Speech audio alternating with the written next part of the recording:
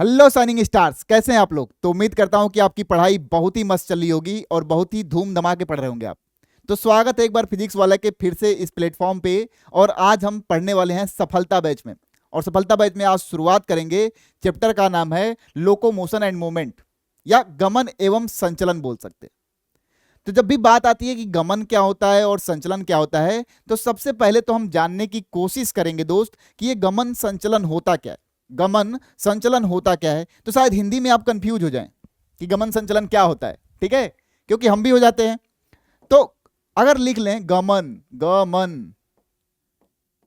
तो गमन मतलब होता है लोकोमोशन। पहले दोनों का डिफरेंस समझ लेंगे दोस्त। लोकोमोशन और संचलन का मतलब होता है क्या भैया, तो संचलन का मतलब होता है मूवमेंट। संचलन का मतलब क्या होता है दोस्त, मूवमेंट। अब भैया इसका में ये क्या होता है, मूवमेंट क्या होता है। तो दोनों का मतलब जब हम समझेंगे कि लोकोमोशन क्या होता है, मूवमेंट क्या होता है, पहले इसको जान ले भाई। तो जैसे मान लीजिए हम हाथ हिला रहे हैं, ऐसे ऐसे ऐसे ऐसे खूब हिला लिया हाथ, तो इसमें क्या हो रहा है, हमारे स्थान में कोई चेंज हुआ। हम बोलेंगे कि नहीं पीयूष सर गए, नहीं। हम इतना बोल सकते हैं कि नहीं पीयूष सर खड़ा खड़ा क्या कर रहे हैं, मूवमेंट कर रहे हैं, यही तो बोलेंगे। यानी अगर हम मूवमेंट करें यानी हम संचलन करें, लेकिन संचलन के रिजल्ट में क्या हो कि हमारे स्थिति में कोई परिवर्तन ना हो, हमारी जो पोजीशन है वो सेम बनी रह जाए। अगर पोजीशन सेम बनी रहती है दोस्त, तो उसको हम कहते हैं क्या, मूवमेंट। क्या बोलते हैं, मूवमेंट। लेकिन हमारे मूवमेंट की वजह से हमारे पोजीशन में चेंज भी आए। हाथ हिला रहे थे, कोई टेंशन नहीं था, पैर हिला दिया, स्थान चेंज हो गया, तो हम बोलेंगे क्या भैया कि गमन हो रहा है, यानी लोकोमोशन हो रहा है।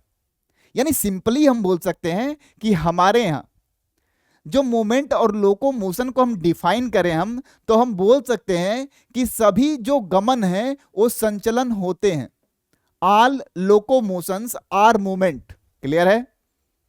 लेकिन सभी जो मूवमेंट होंगे उसका रिजल्टेंट जो है लोकोमोशन नहीं होगा। यानी हम मूवमेंट करेंगे और तभी उसे बोलेंगे क्या गमन हो रहा है। संचलन तो कर रहे हैं, नॉर्मली हाथ हिल रहा है, पैर हिल रहा है, सर हिला लिए, लेकिन हमारे स्थिति में परिवर्तन नहीं हो रहा है। हम एक पोजीशन से दूसरे पोजीशन में नहीं जा रहे हैं, और जब तक नहीं जाएंगे तब तक हम उसे गमन नहीं कहेंगे, लोकोमोशन नहीं कहेंगे। अब भैया जब मूवमेंट एंड लोकोमोशन की बात आती है, तो हमारे यहाँ क्या होता है, हम पढ़ने के लिए पढ़ते हैं किसके बारे में, तो हमारे यहाँ अस्थियां होती हैं हमारी, यानी पेशियां होती हैं और अस्थियां होती हैं। मूवमेंट तो हम बहुत तरह का पढ़ेंगे, अभी देखेंगे कि हमारे यहाँ बहुत तरह का मूवमेंट बोले तो हम अमीबॉइड मूवमेंट की जिक्र करेंगे, यानी अमीबीय गति का जिक्र करेंगे। फिर हम जिक्र करेंगे सिलियरी मूवमेंट, यानी पश्चाभिकीय गति के मूवमेंट करेंगे। और फिर हम पढ़ेंगे कंकालीय यानी पेशीय मूवमेंट के बारे में पढ़ेंगे। ठीक है, तो हम तीन तरह की पढ़ेंगे, लेकिन हमारे यहाँ जो बात करें, हम नॉर्मली जिस पे बात करने वाले हैं इस अध्याय में, उसका रिलेशन जो है हमारे पेशियों से है और हमारे अस्थियों से है। पेशियों से है और किससे है भैया, अस्थियों से है। यानी इस चैप्टर में हम बेसिकली पढ़ेंगे कि हमारे पेशियों में कैसी एक्टिविटी होती है, यानी मसल्स कैसे एक्टिविटी परफॉर्म करता है और मस्कुलर मूवमेंट परफॉर्म करता है, और अस्थियां कैसे हमारे यहाँ कौन सी फंक्शंस को परफॉर्म करती हैं और अपनी एक्टिविटी को परफॉर्म करती हैं। तो हम पेशियों और अस्थियों के बारे में क्या करेंगे, पढ़ेंगे और इस चैप्टर को देखेंगे। चलिए देखते हैं कि अभी गमन या जो संचलन पढ़ने वाले हैं उसके टाइप्स क्या क्या है हमारे शरीर में। ठीक है, हमारे पास अगर हम देखें, संचलन जीवों का एक महत्वपूर्ण विशेषता है। जो जीव होते हैं उसमें संचलन करना यानी अपने पोजीशन में चेंज करना उनका एक महत्वपूर्ण विशेषता है। कुछ संचलनों में सीन या अवस्थिति परिवर्तन होता है, ऐसे ऐच्छिक संचलनों को गमन कहा जाता है। सभी गमन संचलन हैं, परंतु सभी संचलन गमन नहीं है, बोल चुके हम ऑलरेडी। फिर हम बात करें कि हम क्या, यहां दिख रहा होगा आपको कि स्थिति में परिवर्तन हो रहा है। स्थिति में क्या हो रहा है, परिवर्तन हो रहा है। ठीक है, अगर हम बात करें तो मानव शरीर की कोशिकाएं मुख्य रूप से तीन मुख्य प्रकार की गति दर्शाती हैं। हमारे कोशिकाओं की बात करें, अगर सेल्स की बात करें, हम अपने कोशिकाओं की बात कर लें कि भैया हमारे कोशिकाओं में क्या चल रहा है माहौल, तो हमारे कोशिकाओं में बात करें तो हमारे यहाँ तीन तरह की गति चलती है। पहला है हमारे यहाँ अमीबॉइड मूवमेंट यानी अमीबीय गति। क्या भैया, अमीबीय गति। अमीबीय गति क्या होती है, मेन बातें हैं। अमीबीय गति क्या होती है? तो अमीबीय गति क्या होती है? जैसे अमीबॉइड मूवमेंट, उसमें हम देखते हैं अमीबा कैसे चलता है, याद होगा। अमीबा को अगर देखेंगे तो उसकी संरचना जो होती है फिक्स नहीं होती है, ऐसे। ये होता है उसका सेल मेम्ब्रेन यानी कोशिका झिल्ली, और उसके अंदर पाया जाता है क्या? साइटोप्लाज्म। कोशिका की झिल्ली के अंदर कोशिका द्रव्य होगा। क्या होगा? कोशिका द्रव्य होगा। सिंपल सी बात है, कोशिका झिल्ली है तो उसके अंदर क्या होगा? कोशिका द्रव्य भरा होगा। कोशिका द्रव्य भरा होगा। जब कोशिका द्रव्य भरा होगा, जब कोशिका द्रव्य भरा होगा तो एक बात जान लीजिएगा कि ये कोशिका द्रव्य में जो चेंजेज होते हैं, इसके वजह से अमीबा में हमने पढ़ा था कि सेल मेम्ब्रेन के स्ट्रक्चर में चेंजेज होते हैं और एक पैर बनता है जिसे कहते हैं स्यूडोपोडिया। क्या बोलते हैं भैया? स्यूडोपोडिया। और अमीबा अपना मूवमेंट परफॉर्म करता है, स्यूडोपोडिया बनता है। स्यूडो मतलब होता है कूट और पोडिया मतलब होता है पैर, यानी सही का पैर नहीं है, लेकिन कोशिका द्रव्य के मूवमेंट की वजह से, कोशिका द्रव्य में होने वाले परिवर्तन की वजह से अमीबा में मूवमेंट दिखाई देता है। अमीबा में क्या होता है? मूवमेंट दिखाई देता है। ऐसे गति को हम कहते हैं क्या? अमीबीय गति। अगर हमारे शरीर में बात करें तो मैक्रोफाजेज और ल्यूकोसाइट यानी WBC ऐसी अमीबीय गति दर्शाती हैं, जैसा कि देखा होगा आपने। यहां डायग्राम आपको दिख रहा होगा, डायग्राम के थ्रू समझ सकते हैं इस बात को। चलिए आगे देखें, दूसरी गति कौन सी पाई जाती है? तो दूसरी होती है सिलियरी मूवमेंट। क्या होता है? पश्चाभिकीय गति। क्या होता है दोस्त? पश्चाभिकीय गति। अब सिलियरी मूवमेंट क्या होता है भैया, इसको समझ लें।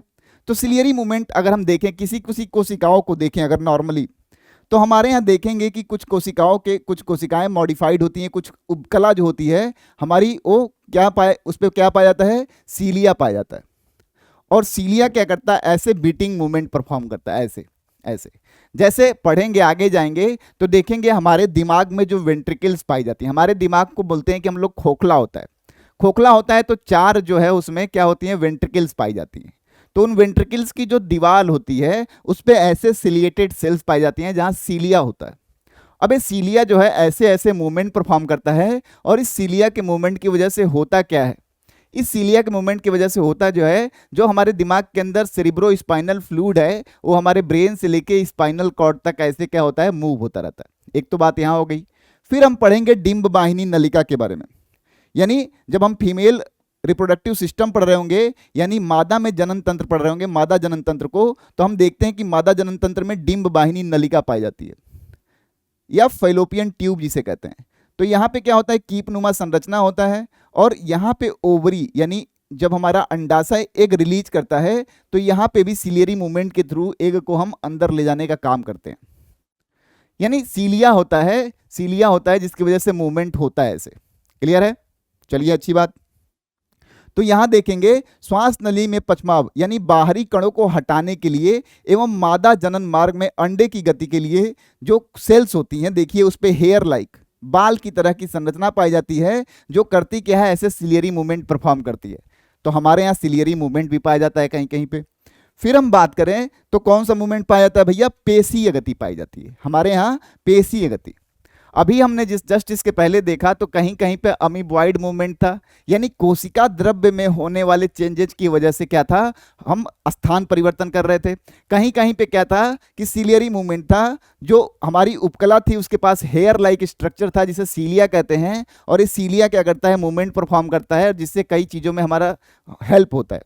जैसे हमारे रिस्पायरेटरी ट्रैक्ट में यानी श्वसन तंत्र में देखें तो अगर हम कोई भी डस्ट पार्टिकल अंदर इनहेल कर लिए हैं तो हमारा म्यूकस मेम्ब्रेन जो म्यूकस सिक्रीट करता है उसमें उस डस्ट पार्टिकल को क्या करता है? रोक लेता है। लेकिन क्या कचड़े को हम सीने के अंदर रखेंगे? नहीं। तो जो सीलिया होती है क्या होती है? उसे बाहर निकालती रहती है, उसको मूव कराती रहती है। फिर हमारे यहाँ तीसरे तरह की गति का जो जिक्र किया गया है वो पेशीय गति है, यानी जो मसल्स के मूवमेंट, मसल की वजह से हम करते हैं, अपने शरीर में पाए जाने वाले पेशियों की वजह से। तो देखिए डायग्राम बना हुआ है, यहाँ दौड़ रहा है धावक, जो धावक दौड़ रहा है तो देखिए उसके पेशियों में हो रहा है मूवमेंट की वजह से, पेशियों में हो रहे मूवमेंट की वजह से उसके स्थान में परिवर्तन हो रहा होगा, दिख रहा होगा। जैसे मैं ही इधर से उधर हो रहा हूं तो कहीं ना कहीं हमारी पेशियां और हमारा बोन इसमें क्या है? इन्वॉल्व है। इतनी बात समझ में आ गई आपको? क्लियर है? चलिए बात क्लियर है तो अच्छी बात। फिर आगे हम देखें कि हमें पढ़ना किसके बारे में है। तो भैया हमारे यहाँ पेशीय जो मूवमेंट है उसी के बारे में हमें पढ़ना है। तो जब हम पेशीय मूवमेंट पढ़ते हैं कि पेशीय गति होती क्या है, तो सबसे अच्छी बात तो ये होगी कि पहले हम पेशियों के बारे में जान जाए भैया कि पेशियां होती क्या है, या कितने प्रकार की होती हैं, या ऐसा उसमें कौन सा फंक्शन होता है जिसकी वजह से एक गति परफॉर्म करती हैं। फिर हम बोन को भी देख लेंगे, यानी अस्थियों के बारे में भी जिक्र कर लेंगे। तो जैसा कि आपको पता होगा, अगर हम पेशियों के बारे में जनरलाइज बात करें तो हमारे पूरे बॉडी वेट का 40% हिस्सा जो है हमारा पेशियां बनाती हैं। यानी अगर हम 60 किलो के हैं तो लगभग हमारे में 30 किलो क्या होगा, मांस होगा, पेशियां होंगी, मसल्स होंगी। 40 से 50% हिस्सा जो है हमारे पूरे बॉडी वेट का कौन बनाता है, पेशियां बनाती हैं। अच्छा, पेशियों की अगर स्टडी की जाए तो बायोलॉजी के उस ब्रांच को हम बोलते हैं क्या, मायोलॉजी। क्या बोलते हैं, मायोलॉजी। तो पेशियों का अध्ययन जो होता है उसे क्या कहते हैं, मायोलॉजी कहते हैं। मायोलॉजी कहते हैं। मायोलॉजी को सार्कोलॉजी भी कहा जाता है। मायोलॉजी को सार्कोलॉजी भी कहा जाता है। चलो देख लेंगे सार्कोलॉजी क्यों कहते हैं। तो शरीर के सभी पेशियां मेसोडर्म से विकसित होती हैं। पेशी हैं, और हमने जब भी कभी ऊतक की परिभाषा दी है तो एक बात जरूर बताई है, जो ऊतक होते हैं वो ग्रुप ऑफ सेल से बने होते हैं जो एक कॉमन फंक्शन परफॉर्म करते हैं। हो सकता हो कि वो संरचना में समान हो चाहे ना हो, लेकिन उत्पत्ति में जरूर समान होते हैं। तो जब हम पेशियों की बात करते हैं तो हम पेशियों को पढ़ते हैं कहीं ना कहीं अपने यहाँ, कहाँ, पेशीय तंतु में, पेशीय ऊतक में पढ़ते हैं। और पेशीय ऊतक में पढ़ते हैं तो इनकी ऑरिजिन जो होती है वो क्या होती है, मेसोडर्म से होती है। यानी जब हमारा भ्रूणीय परिवर्धन हो रहा होगा तो जो भी कोशिकाएं मेसोडर्म की होंगी उन्होंने पेशियां बनाई होंगी। क्लियर है, चलिए अच्छी बात। इसमें जो पेशियां होती हैं उनकी अपनी कुछ प्रॉपर्टी होती है, अपने कुछ लक्षण होते हैं, कैरेक्टर होते हैं, जिसमें कैरेक्टर में है उत्तेजनशीलता, बहुत बार पूछा गया है, संकुचनशीलता और प्रसार्य या प्रत्यास्थता, contractibility, elasticity and excitability. Excited होती हैं, कॉन्ट्रैक्ट होती हैं और इलास्टिक होती हैं। ये हमारे पेशियों की क्या होती है, अपना लक्षण होता है, अपना क्या होता है, प्रॉपर्टी होता है इनका, कहे बोले तो। वयस्क मनुष्य के शरीर का भार 40 से 50% भाग पेशियों का होता है। शरीर में 3 प्रकार की पेशियां पाई जाती हैं, जैसा कि आप शुरू से ही जान रहे होंगे, चिकनी पेशी, कंकाल पेशी और हृदय पेशी। 3 पेशियों के बारे में आपने सुना होगा, स्मूथ मसल, स्केलेटल मसल और कार्डियक मसल। वैसे तो पेशियों को हम कई तरीके से क्लासिफाई करते हैं कि भैया इनका कंट्रोल कैसा है, या हमारे कंट्रोल में है या नहीं है, एक तो ये तरीका हो जाता है। फिर हम इनके स्ट्रक्चर के बेसिस पे, यानी इनके संरचना के बेसिस पे भी हम पेशियों को क्लासिफाई करते हैं। तो हमारे यहाँ 3 तरह की पेशियां दी हुई हैं। देखिए इधर हमने बनाया है क्या, स्केलेटल मसल। स्केलेटल मसल जो होता है ऐसे दिखाई देता है। जो मसल फाइबर्स होती हैं वो बंडल में पाई जाती हैं, इसीलिए क्या होता है, मल्टी न्यूक्लिएटेड दिखाई देता है, यानी बहुत सारे न्यूक्लियस होते हैं इसमें। दूसरा हमारे पास है स्मूथ मसल, जो स्पिंडल शेप का होता है, ऐसे स्पिंडल शेप का होता है, और इसमें एक सिंगल न्यूक्लियस पाया जाता है, दिख रहा होगा। और तीसरा दिख रहा होगा हमारा हृदय पेशी, जो होता तो मल्टी न्यूक्लिएटेड है, यानी बहुत सारे न्यूक्लियस पाए जाते हैं, लेकिन उसमें ब्रांचेज पाई जाती हैं, शाखाएं होती हैं। कैरेक्टरिस्टिक्स देख लेंगे हम तो जब हम पढ़ रहे होंगे स्ट्रक्चरल ऑर्गेनाइजेशन या एनिमल टिश्यू तो, लेकिन अभी हमें पेशियों के बारे में जानना है और उनके एक्टिविटी के बारे में जानना है। और इस चैप्टर में विशेष करके हम डिस्कस कर रहे हैं मोमेंट एंड लोकोमोशन के बारे में, तो हमें स्केलेटल मसल के बारे में डिटेल में जानना है। बाकी के जो स्मूथ मसल और कार्डियक मसल है, हम जब एनिमल टिश्यू पढ़ते हैं उसको, जो स्ट्रक्चरल ऑर्गेनाइजेशन यानी प्राणियों का संरचनात्मक संगठन जब चैप्टर पढ़ेंगे हम लोग, तब उसके बारे में जिक्र करेंगे। क्लियर है, चलिए अच्छी बात है। तो आगे देख लें। तो अगर हम देखें हमारे यहाँ देखें तो मसल्स को हम कैसे गवर्न करते हैं, यानी पेशियां हमारे अपने कंट्रोल में हैं कि नहीं है, उसके बेसिस पे देखें तो पेशियों को हम 2 हिस्सों में बांटते हैं। पेशियों को जो है 2 हिस्सों में बांटते हैं। जो भी हमारे यहाँ पेशियां हैं उनको 2 हिस्सों में बांटते हैं। कैसे भैया, देखते हैं कि इनका कंट्रोल कैसा है। तो एक को बोलते हैं ऐच्छिक पेशी। क्या बोलते हैं भैया, ऐच्छिक पेशी। और एक होता है अनैच्छिक।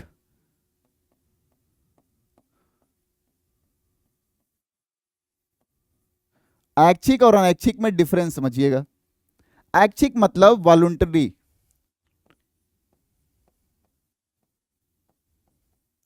और अनैच्छिक मतलब होता है क्या, इनवॉलंटरी। अनैच्छिक मतलब क्या होता है, इनवॉलंटरी। दोनों का मतलब समझ लेंगे तो थोड़ा आसान हो जाएगा आपके लिए। इनवॉलुंटरी। जब भी हम बात करें कि ऐच्छिक पेशी है, कहने का मतलब यह है जब उसकी संकुचनशीलता, प्रत्यास्थता जो हमारे हाथ में हो, हमारे हाथ में हो कि हम जब चाहें उसे कॉन्ट्रैक्ट करा लें, जब चाहें तब रिलैक्स करा लें, यानी जिस किसी का भी फंक्शन, जिस भी पेशी का फंक्शन हमारे अपने हाथ में हो, अपने कंट्रोल में हो, हम चाहेंगे तभी यहां पे हमारे पैर या हाथ की पेशियां कॉन्ट्रैक्ट करेंगी, ऐसे पेशियों को हम बोलते हैं क्या? ऐच्छिक पेशी। क्या बोलते हैं भैया? ऐच्छिक पेशी। और जिसका कंट्रोल हमारे हाथ में नहीं है उसे हम बोलते हैं अनैच्छिक पेशी। तो जो ऐच्छिक पेशी हमारे यहां होती है उसका एग्जाम्पल लें तो होती है कंकाल पेशी। कौन होता है भैया? कंकाल पेशी हमारे यहां क्या होती है? ऐच्छिक पेशी होती है, कंकाल पेशी। और हमारे यहां बाकी दो जो पेशियां हैं जैसे कि हृदय पेशी और चिकनी पेशी, हृदय पेशी और चिकनी पेशी जो हम बोलते हैं वो क्या होती हैं भैया? वो अनैच्छिक होती हैं, यानी इनका कॉन्ट्रैक्शन यानी इनका संकुचन हमारे अपने कंट्रोल में नहीं होता है। अगर हम इनको कंट्रोल के हिसाब से बांट ले तो हम पेशियों को दो हिस्सों में बांटते हैं, एक को बोलते हैं ऐच्छिक और दूसरे को बोलते हैं अनैच्छिक। तो जैसा कि हमने बताया था कि इस चैप्टर में हम मूवमेंट एंड लोकोमोशन के कॉन्टेक्स्ट में बात करने वाले हैं, तो इस चैप्टर में हम पढ़ने ही वाले हैं किसके बारे में? कंकाल पेशी के बारे में। तो कंकाल पेशी हमारा नेचर वाइज कैसा होता है भैया? दिख रहा होगा कि ये हमारी ऐच्छिक पेशी होती है, यानी इसका कंट्रोल हमारे अपने हाथ में होता है। चलिए अच्छी बात, इसका कंट्रोल हमारे अपने हाथ में होता है तो यही वॉलंटरली मसल है। तो हमने क्या किया? इसे काट के देखना चाहा। हमने एक मसल लिया, हम बोल रहे हैं कि हमारी ये कंकाल पेशी है, नाम समझिएगा कंकाल पेशी कह रहे हैं तो एक बात जहन में जरूर डाल लीजिएगा कि कहीं ना कहीं ये पेशी जो होती होंगी हमारे कंकाल तंत्र से लगी हुई होती होंगी, यानी हमारे स्केलेटल एलिमेंट या हम बोले तो हमारे अस्थियों से कहीं ना कहीं ये जुड़ी जरूर होती होंगी, इसीलिए हम कहीं ना कहीं इसे कंकाल पेशी भी बोल रहे हैं। इनके अपने कुछ कैरेक्टर्स होते हैं लेकिन फिर भी हम बात कर लें तो जैसे कि मान लीजिए अगर हम एक पेशी लें, कंकाल एक पेशी लिया हमने, चलिए भाई साहब एक पेशी ले लेते हैं, चलिए ले लिया, इसको हम देखना चाहें कि कैसी होती है तो मान लीजिए हमने एक पेशी ले ली, एक पेशी काट ली। भैया अगर एक पेशी काटोगे तो ऐसा सिलिंड्रिकल दिखाई देगा, दिखाई देगा कि नहीं? हाँ दिखाई देगा सर, दिखाई देगा। तो जब हम देखते हैं तो पूरा एक मसल का बंडल है, एक पूरा मसल बोल रहे हैं। मसल मतलब क्या होता है? जैसे नर्व हम बोलते हैं, जब भी हम तंत्रिका बोलते हैं तो तंत्रिका जो है तंत्रिका तंतुओं से मिलकर बना होता है। किससे मिलकर बना होता है? तंत्रिका तंतु से, यानी नर्व फाइबर से। वैसे जब भी एक पेशी बोलेंगे तो पेशी भी बना होता है किससे? पेशी तंतु से। पेशी तंतु जब बहुत सारे मिलते हैं तो बनाते हैं क्या? पेशी। इस बात को ध्यान में रख लीजिएगा, ठीक है? तो मसल फाइबर और मसल में डिफरेंस होता है। मसल जब हम बोलेंगे collection of muscle fibre is known as muscle और collection of nerve fibre is known as nerve. अगर थोड़ी सी अंग्रेजी हो जाए तो चलिए अच्छी बात। फिर हमने क्या किया? इसको काट करके देखा, तो काट करके देखा तो हमें ऐसे ऐसे इस बड़े बंडल के अंदर भी छोटे छोटे बंडल्स दिखाई दिए। अच्छी बात, इस बड़े बंडल के अंदर भी ऐसे छोटे छोटे बंडल्स दिखाई दे रहे हैं। अच्छी बात हो गई। इस बड़े बंडल के अंदर भी छोटे छोटे ऐसे बंडल्स दिखाई दे रहे हैं। फिर हमने इस छोटे बंडल के अंदर देखा, इसमें भी देखा तो ऐसे ऐसे ऐसे ऐसे ऐसे ऐसे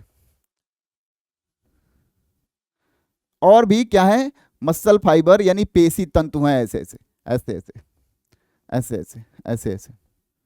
हम केवल किसी एक में ही बना रहे हैं, सब में बनाएंगे तो टाइम जाया जाएगा, केवल आप समझने का प्रयास करिएगा। तो ऐसे ऐसे ऐसे ऐसे क्या है? मसल फाइबर्स हैं, ऐसे ऐसे दिख रहा होगा आपको। केवल एक की बात कर रहे हैं, तो जो एक की बात कर रहे हैं इसको देखें। तो ये जो हमारा एक सिंगल वाला है इसे हम बोलते हैं क्या? पेशी तंतु बोलते हैं, मसल फाइबर बोलते हैं, पेशी तंतु। क्या बोलते हैं भैया? पेशी तंतु। बहुत ध्यान से समझिएगा, आपके नीट एग्जामिनेशन में बहुत क्वेश्चन पूछा जाता है। तो एक पेशी तंतु, दो पेशी तंतु ऐसे आपस में कनेक्टेड होंगे, तो जिससे कनेक्टेड होंगे उसे हम बोलते हैं क्या? इंडोमाइसियम। एंडोमाइसियम, एंडोमाइसियम बोलते हैं। अच्छी बात। फिर ऐसे ऐसे जो पेशी तंतु हैं उनका जो कलेक्शन है, फाइबर है, वो एक दूसरे से रैप्ड हैं, देख रहे होंगे, एक एक एक एक एक एक। तो जो सिंगल है उसे हम बोलते हैं क्या, इसे बोलते हैं, जो एक बंडल बना है उसे हम बोलते हैं क्या, फैसिकल, फैसिकुलाई बोल रहे हैं या फैसिकल्स बोलते हैं। ये सारे फैसिकुलाई आपस में जो है ऐसे इंटरकनेक्टेड हैं, एक एक एक, इनसे एक दूसरे से जुड़े हुए हैं। तो जो इनके चारों तरफ कनेक्टिव टिश्यू पाया जा रहा है उसे हम बोलते हैं क्या, पेरीमाइसियम। क्या बोलते हैं भैया, पेरीमाइसियम।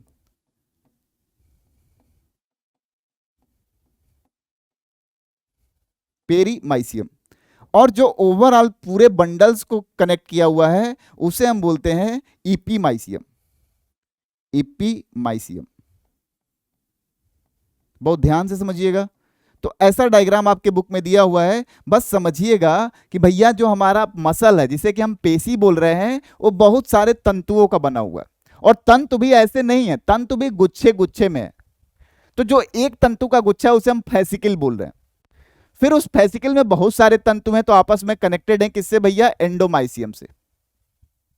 फिर भैया उनके चारों तरफ की जो कवरिंग है वो एंडोमाइसियम बोल दिया। फिर जो हमारा बंडल बना उसकी कवरिंग को बोल दिया क्या हमने, पेरीमाइसियम बोल दिया। ये आपस में कनेक्टेड है, जो फैसिकल है वो आपस में कनेक्टेड है, पेरीमाइसियम है चारों तरफ। और फिर सारा जो बंडल बन रहा है, यानी फैसिकल सारे यूनाइट कर लें तो एक मसल बन रहा है, तो उसका जो कवरिंग है उसे हम बोल रहे हैं क्या, इपीमाइसियम बोल रहे हैं। सिंपल सी बात। तो अगर हम डायग्रामेटिकली देखें इस बात को तो यही तो देख रहे हैं, एक मसल लिया हमने, काटा, तो जब काट लिया तो देख रहे होंगे ऐसे ऐसे जो तंतु हैं वो बंडल्स में दिखाई दे रहे होंगे, एक बंडल, दो बंडल दिखाई दिया। तो ये जो बंडल दिखाई दे रहा है इसे हम क्या कहते हैं भैया, फैसिकल्स बोलते हैं, या फैसिकुलाई बोल दिए, फैसिकल्स बोल दिया हमने, ठीक है, फैसिकल्स बोल दिया। और इन बंडल्स के बीच में आपको छोटे छोटे ऐसे मसल के तंतु दिखाई दे रहे होंगे, पेशी के तंतु दिखाई दे रहे होंगे, यस या नो, दिखाई दे रहे हैं ना, हाँ भैया दिखाई तो दे रहे हैं। देखिए वहां पे, यहां एक को निकाल के देख रहे हैं, पेशी तंतु है। इस पेशी तंतु को हम नाम देते हैं क्या भैया, बोलते हैं मायोफाइब्रिल। मायोफाइब्रिल आपस में एंडोमाइसियम से जुड़े हुए हैं। फिर फैसिकल बना जिसकी कवरिंग है पेरीमाइसियम, फैसिकल्स आपस में इपीमाइसियम से कवर्ड है। बात समझ में आ गई, यस या नो, हाँ या नहीं, चलिए आ गई समझ में, अच्छी बात। तो ये बात रही। फिर हम ऐसे करके देख लें थोड़ा सा। तो इन्हीं फैसिकल्स, जो फैसिकल्स होती हैं, जो बंडल्स होती हैं, मान लीजिए ऐसे बंडल, ऐसे बंडल, ऐसे बंडल, जो मसल फाइबर्स की बंडल बनती गई हैं, तंतुओं का बंडल बनता गया है, उसके चारों तरफ क्या है, ऐसे, जो इनकी कवरिंग है सार्कोलेमा बोल दिया। और रक्त कोशिकाएं भी होती हैं, इसीलिए सार्कोलॉजी भी बोलते हैं हम मसल्स की स्टडी को। चलिए आगे बात कर लें। तो ऐच्छिक पेशी की हम बात कर रहे हैं, किसकी बात कर रहे हैं, स्केलेटल मसल की बात कर रहे हैं। और तो हमने, हमारे मन में जिक्र आया कि भैया अगर हम बोल रहे हैं कि ये जो मसल है, ये जो पेशी है, बहुत सारे पेशी तंतुओं की बनी हुई है। ये जो मसल है यानी ये जो पेशी है बहुत सारे पेशी तंतुओं की बनी हुई है। तो एक बात हम क्यों ना सोचें कि जब हम किडनी पढ़ा करते थे दोस्त, तो हम बोलते थे हमारी किडनी भी किससे बनी होती है, नेफ्रॉन से, यानी वृक्काणु से बनी होती है। अच्छी बात, वृक्काणु से बनी होती है। तो सर ने बताया था कि वृक्काणु का जो पूरा फंक्शन होगा वही तो किडनी का फंक्शन होगा, क्योंकि हम तो बोलते थे कि जो नेफ्रॉन होता है वो फंक्शनल यूनिट होता है किसका, किडनी का। यानी हम बोलते थे कि अगर एक किडनी में 10 लाख नेफ्रॉन पाए जाते हो, 10 लाख वृक्काणु पाए जाते हो, तो इन 10 लाख वृक्काणुओं का फंक्शन जो होता होगा, क्रिया जो होती होगी, वही हमारी विक की क्रिया होती होगी। तो भैया यहां अगर मसल फाइबर, यानी एक मसल मसल फाइबर से बना हुआ है, तो मसल फाइबर यानी जो पेशी तंतु है उसी का कंबाइंड फंक्शन ही तो एक मसल का फंक्शन होता होगा। यानी फंक्शनल यूनिट की बात कर लें कि अगर हमारे पेशी की बात करें और खास करके कंकाल पेशी की बात करें, तो अगर इसके फंक्शनल यूनिट की बात करें तो सिंपल सी बात है, एक मायोफाइब्रिल जो है, एक मायोफाइब्रिल जो है वही तो इसका क्या होगा, फंक्शनल यूनिट होगा। यस या नो, हाँ या नहीं, बात सही है कि नहीं। तो हमने सोचा कि क्यों ना मायोफाइब्रिल के बारे में ही जान लें हम कि मायोफाइब्रिल हमारा बना कैसे होता है। अगर हम जान गए इसके बारे में कि भैया मायोफाइब्रिल तो ऐसे होते हैं, तो कहीं ना कहीं हम कोरिलेट कर पाएंगे कि भाई हमारा मसल काम कैसे करता है। तो इसके लिए हमने क्या किया, सर ने एक मायोफाइब्रिल को बाहर निकाल लिया। सर ने क्या किया, एक मायोफाइब्रिल को बाहर निकाल लिया। चलिए निकाल लेते हैं, निकाल लें, इजाजत है, निकाल लेते हैं। चलिए एक मायोफाइब्रिल को बाहर निकाल के देखते हैं। चलिए भैया एक मायोफाइब्रिल को बाहर नहीं, थोड़ा मोटा बना रहे ताकि आपको दिखाई दे, मैं सोचिए कि इतना मोटा होगा मायोफाइब्रिल तो मसल कितनी मोटी होगी भाई। एक मायोफाइब्रिल ले रहे हैं, एक मायोफाइब्रिल ले रहे हैं, तो मायोफाइब्रिल को जब हम निकाल के देखते हैं तो मायोफाइब्रिल में हमें कुछ पैटर्न्स दिखाई देते हैं, कुछ पैटर्न्स दिखाई देते हैं। देखिएगा कैसे दिखाई देते हैं।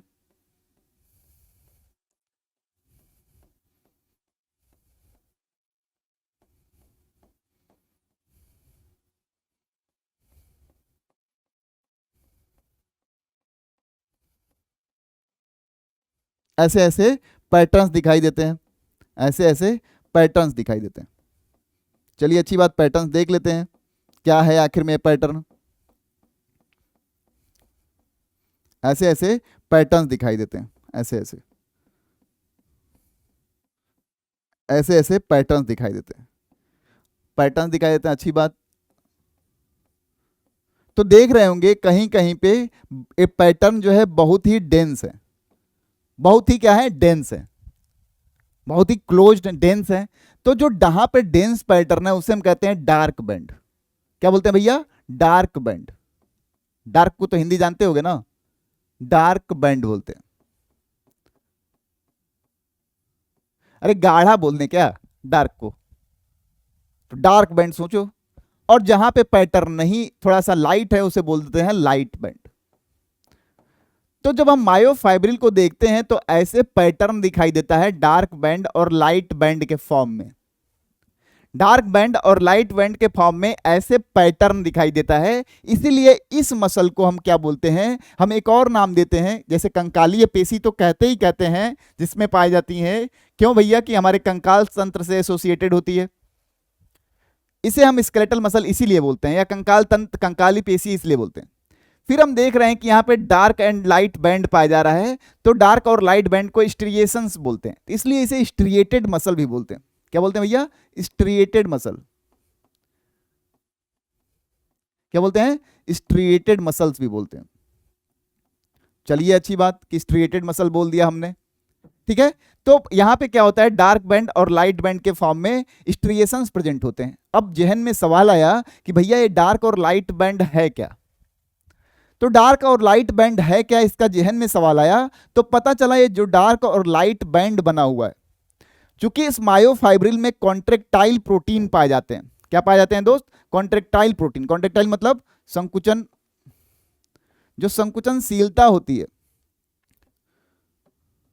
जो संकुचनशीलता होती है उसके लिए संकुचन प्रोटीन, संकुचन प्रोटीन पाई जाती है। कौन सी भैया, या कॉन्ट्रेक्टाइल प्रोटीन कहते हैं। तो कॉन्ट्रेक्टाइल प्रोटीन दो तरह की पाई जाती है। हम देखते हैं कि जो हमारे यहाँ दो तरह की कॉन्ट्रेक्टाइल प्रोटीन जो है पाई जाती है, किसमें भैया, हमारे स्केलेटल मसल में, यानी पेशी हमारे, यानी हमारे किसमें, कंकालीय पेशी में, एक्टिन और मायोसिन। दो तरह की कंकालीय जो हमारे यहाँ जो पेशी है उसमें दो तरह की कॉन्ट्रेक्टाइल प्रोटीन यानी संकुचन प्रोटीन पाई जाती है, जिसका नाम है एक्टिन और मायोसिन। इन्हीं एक्टिन और मायोसिन का अरेंजमेंट कुछ ऐसा है कि कहीं पे डार्क दिखाई दे रहा है और कहीं पे लाइट दिखाई दे रहा है। तो इन्हीं संकुचन प्रोटीनों का जो अरेंजमेंट है, इसकी वजह से इसमें डार्क बैंड और लाइट बैंड बनता है, जिसकी वजह से हम इसे क्या बोलते हैं, स्ट्रिएटेड मसल्स भी बोलते हैं। बात समझ में आ गई। तो हमने देखा कि मायोफाइब्रिल जो है, अगर वो क्या है, हमारा फंक्शनल यूनिट है हमारे पेशी का, तो मायोफाइब्रिल के अंदर भी हमने देखा तो भैया इसके अंदर संकुचनशीलता के लिए कुछ प्रोटीन पाए जाते हैं, और वो प्रोटीन हमारे मायोफाइब्रिल के अंदर ऐसे अरेंज होते हैं जिसकी वजह से कहीं डार्क दिखाई देता है और कहीं लाइट दिखाई देता है। तो रिस्पेक्टिवली हम उसे नाम देते हैं dark band and light band. और यही डार्क बैंड और लाइट बैंड प्रेजेंट होने की वजह से हम इसे बोलते हैं क्या, स्ट्रिएटेड मसल। बात समझ में आ रही है, पक्के से, पक्का।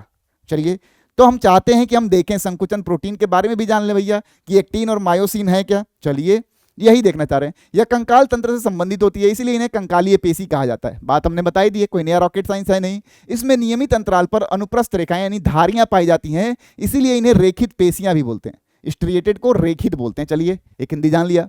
यह मुख्य रूप से चलन क्रिया और शारीरिक मुद्रा बदलने में सहायक होती है। चूंकि इनकी क्रियाओं का तंत्रिका तंत्र द्वारा ऐच्छिक नियंत्रण होता है, इसीलिए इन पेशियों को हम क्या कहते हैं, ऐच्छिक पेशी कहते हैं। देखिए वहां डार्क बैंड लाइट बैंड दिखेगा। अब हम देखना चाहेंगे कि इनका अरेंजमेंट होता कैसे है, dark band and light band का। तो कंकाली पेशी तंतु आकृति में बेलनाकार या नलिकाकार, लंबा, अशाखित होता है। पेशी तंतु की बाहरी झिल्ली सार्कोलेमा कहलाती है। इस कोशिका कला में कोलेजन तंतु पाए जाते हैं। प्रत्येक पेशी तंतु के बहुकेंद्रकीय कोशिका होता है। केंद्रक और सार्कोप्लाज्म दोनों परिधीय भाग में पाए जाते हैं। चलिए हम देख लेंगे अभी, लेकिन हम समझना चाहेंगे कि भैया इनका अरेंजमेंट होता कैसे है, डार्क और लाइट बैंड का। डार्क और लाइट बैंड के लिए हमने बताया कि हमारे यहाँ जो दो संकुचन जो प्रोटीन पाई जाती है, जो क्या पाई जाती है, कॉन्ट्रेक्टाइल प्रोटीन पाई जाती है। दो पाई जाती है कॉन्ट्रेक्टाइल प्रोटीन, कॉन्ट्रेक्टाइल प्रोटीन, जिसे हम क्या बोल रहे हैं, संकुचन प्रोटीन बोल रहे हैं।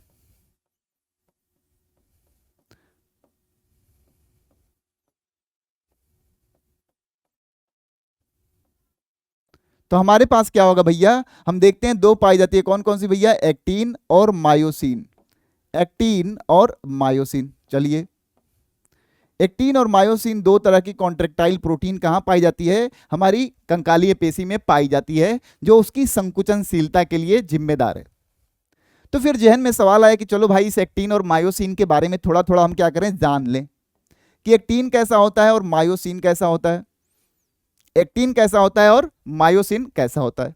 चलिए अगर हम जान लें एक्टिन कैसा होता है, तो पहले हम एक्टिन के बारे में जान लें कि भैया जो हमारे पास एक्टिन प्रोटीन है वो बना किससे होता है।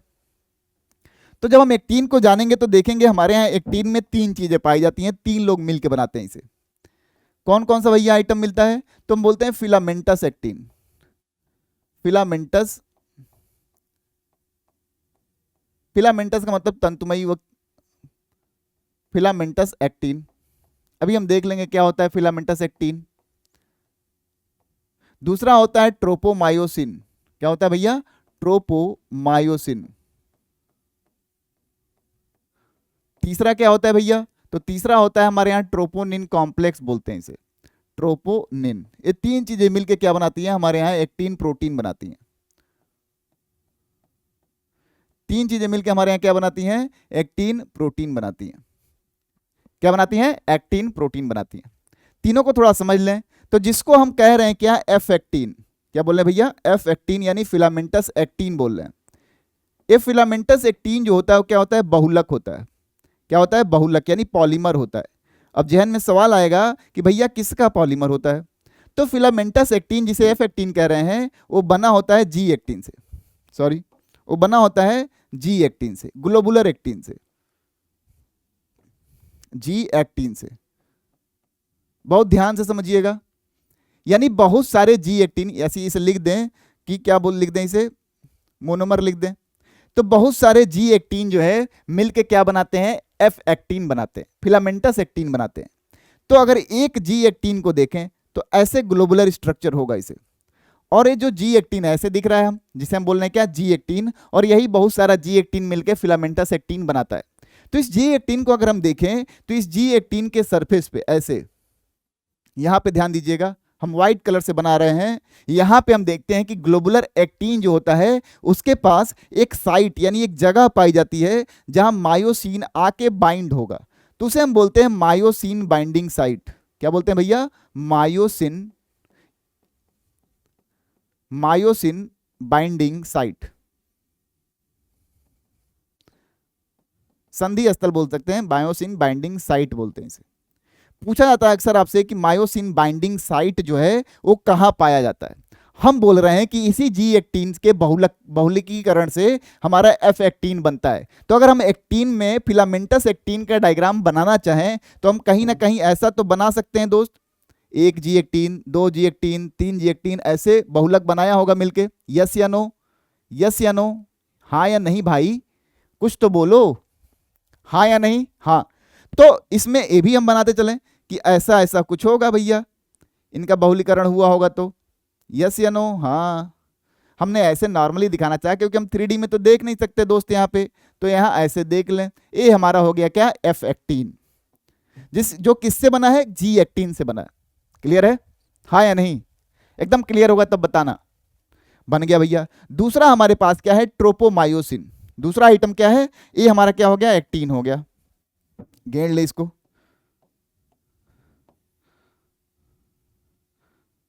चलिए दूसरा हमारे पास क्या आइटम है भैया, दूसरा आइटम है हमारे पास ट्रोपोमायोसिन। क्या है? ट्रोपोमायोसिन। हम बोलते हैं कि ये संरचना में देखें इसके, तो ये मायोसिन की तरह ही होता है। और तीसरा आइटम हमारे पास क्या होता है? ट्रोपोनिन। क्या होता है? ट्रोपोनिन।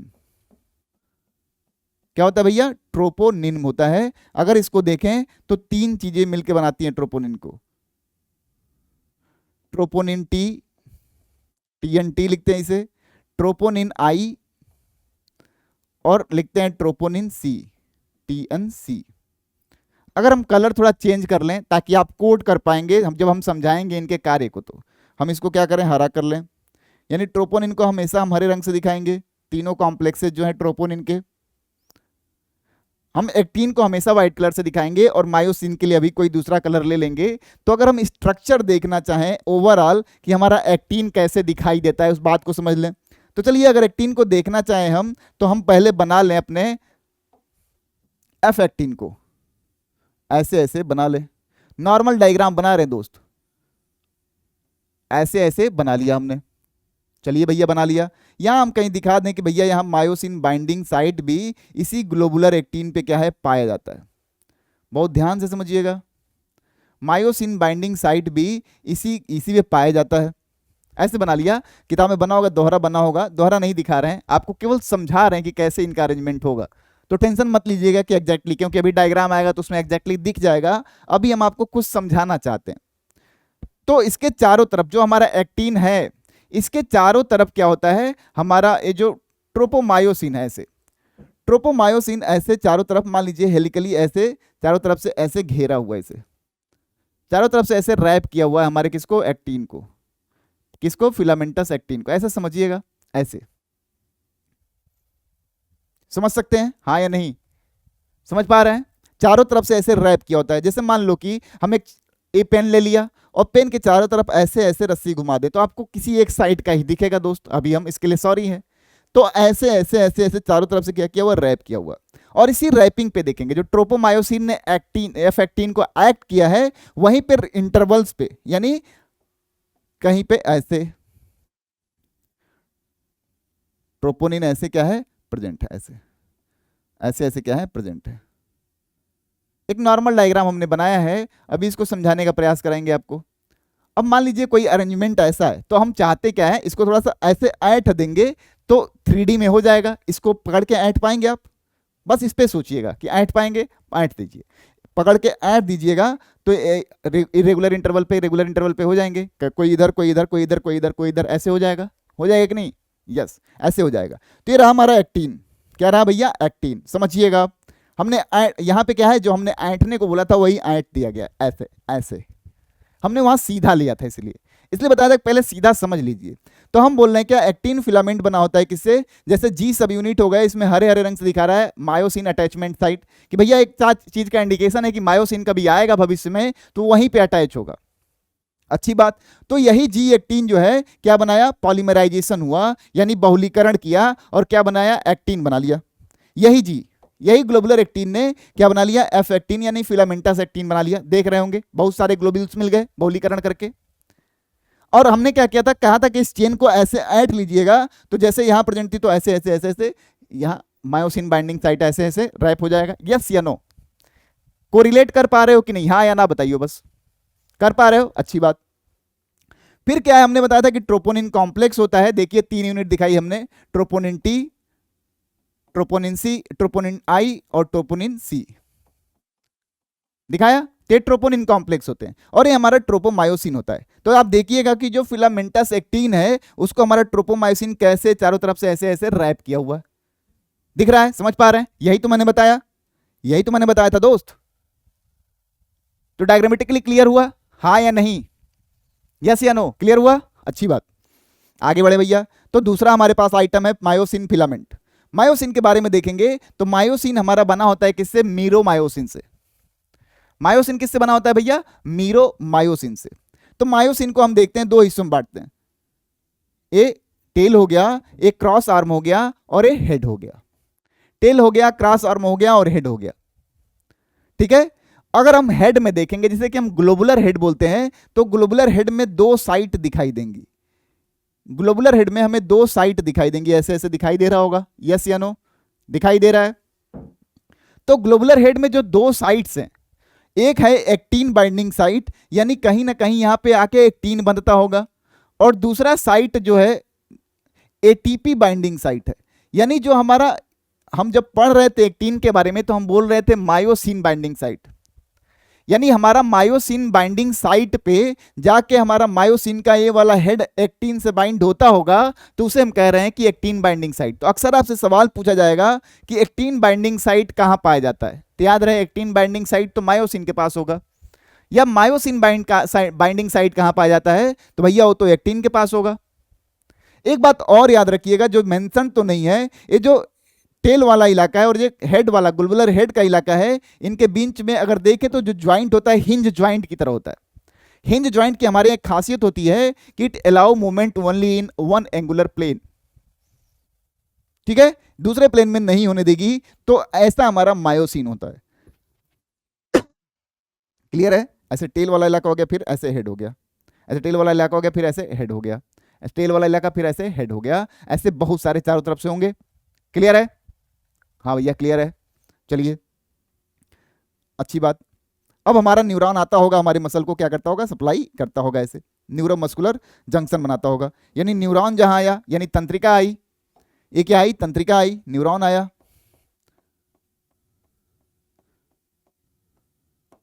यानी न्यूरॉन, और ये है हमारा क्या, मसल, ते बनाता होगा, इसके जंक्शन को क्या कहते होंगे, न्यूरोमस्कुलर जंक्शन, न्यूरोमस्कुलर जंक्शन बोलते होंगे, या मोटर एंड प्लेट बोलते हैं। ठीक है, ऐसा होगा, यस या नो। इनका स्ट्रक्चर हमने देख ही लिया है। अब तंतु विसर्पण सिद्धांत है, बहुत ही ज्यादा सवाल पूछा गया इस पे। ठीक है, हक्सले एंड हक्सले ने इसको दिया था, बताया था कि हमारा जो पेशी है वो कैसे कॉन्ट्रैक्ट करता है या कैसे रिलैक्स करता है। एक बात जानिएगा तंतु विसर्पण सिद्धांत पढ़ने से पहले, कि जो हमारा एक्टिन होता है, जो हमारा एक्टिन होता है वो स्लाइड करता है, स्लाइड मतलब ऐसे, एक्टिन स्लाइड करता है मायोसिन पे, एक्टिन स्लाइड करता है क्या, मायोसिन पे। बहुत ध्यान से समझने का प्रयास करिएगा कि मान लीजिए हमारे पास एक्टिन है, एक्टिन है तो हमारे पास यहां कई मायोसिन होगा, तो मायोसिन पे हमने बताया कि एटीपी बाइंडिंग साइट होता है, क्या होता है, एटीपी बाइंडिंग साइट होता है। तो एटीपी पे एटीपी बाइंडिंग साइट पे एटीपी रहता होगा, लेकिन एक्टिन, मायोसिन एक्टिन से जुड़े, इसके लिए उसे एनर्जी की जरूरत पड़ेगी, ऊर्जा की जरूरत पड़ेगी कि नहीं दोस्त, हाँ या नहीं, पड़ेगी, ऊर्जा की जरूरत पड़ेगी। तो हमारा एटीपी जो होगा एडीपी और फॉस्फेट में ब्रेक होगा, इस ऊर्जा का इस्तेमाल करके मायोसिन का ग्लोबुलर हेड जाके एक्टिन से अटैच हो जाएगा। तो हम बोलते हैं क्या, कि क्रॉस ब्रिज का फॉर्मेशन हो गया। क्या हो गया भैया, क्रॉस ब्रिज का फॉर्मेशन हो गया, यानी क्रॉस ब्रिज का निर्माण हो गया। अब क्या है कि ये बाइंड तो हो गया, लेकिन एक्टिन तो स्लाइड कर रहा है, तो इसे खींचना चाह रहा होगा अपने साथ। लेकिन हमने बताया था कि जो ग्लोबुलर हेड होता है वो टेल के साथ हिंज ज्वाइंट से जुड़ा होता है, तो एक सीमा तक तो इसके साथ जाएगा, उसके बाद टूट जाएगा ये ब्रिज। एक्टिन स्लाइड करेगा, देखिए कुछ किसी हद तक तो ये मायोसिन इसके साथ मूव करेगा, देखिए वहां ए पोजीशन थी और यहां ए पोजीशन है, लेकिन आफ्टर सम टाइम एक्टिन आगे निकल जाएगा और ये अपने जगह पे पहुंच जाएगा, तो हम बोलते हैं क्रॉस ब्रिज ब्रेक हो गया। क्या होता है, क्रॉस ब्रिज ब्रेक हो गया। क्रॉस ब्रिज ब्रेक करने के लिए हमें एटीपी की रिक्वायरमेंट पड़ती है। यहां पे एटीपी को हम, उसी एटीपी को हम एनर्जी ऑब्टेन करके फिर से हम एक्टिन से जुड़ जाते हैं। तो ऐसा है हमारा तंतु विसर्पण सिद्धांत, हक्सले एंड हक्सले ने दिया था। यस, अब हम जब पढ़ते हैं इसको, जब हम पढ़ते हैं तो हमारे पास कुछ फैक्ट आते हैं, जो सवाल आते हैं। इसी एक्टिन मायोसिन के बारे में सवाल पूछे जाते हैं, इनके अरेंजमेंट के बारे में सवाल पूछे जाते हैं। चलिए भाई जान लेते हैं सवाल कैसे पूछे जाते हैं। तो हम क्या करें, मसल्स बना लें थोड़ा, क्योंकि जो मेन सवाल है उसको जानना जरूरी है। चलिए जान लेते हैं कि मेन सवाल क्या है भैया। अब हम बना लें, थोड़ा डायग्राम बना लें, जैसा कि आपने देखा भी होगा ऐसा डायग्राम, कोई बहुत ज़्यादा वो नहीं है। हम क्या है कि यहां बना रहे हैं एक्टिन, वाइट कलर से दिखा रहे हैं एक्टिन को, ऐसे वाइट कलर से दिखा रहे हैं एक्टिन को। ऐसे।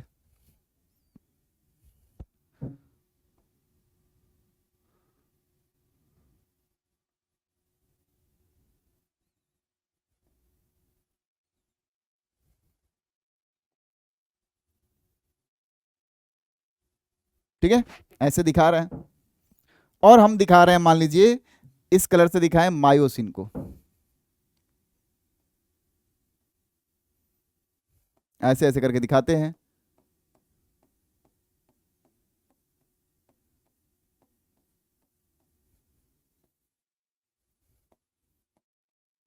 पढ़ने के लिए इसमें बहुत कुछ है, लेकिन अभी आपके 11th लेवल पे नहीं है, इतने सवाल नहीं आते। नीट लेवल में चलेंगे हम तो इससे डिटेल में पढ़ेंगे इसको।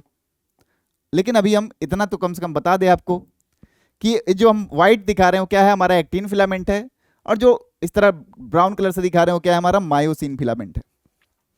क्लियर है? अच्छा, दिख रहा होगा आपको एक चीज क्लियरली, एक चीज क्लियरली दिख रहा होगा। थोड़ा सा और इससे एक्सटेंशन दे दें हम, तो मान लीजिए ये दूसरा वाला हमारा इधर इधर होगा, ऐसे। बहुत ध्यान से समझिएगा।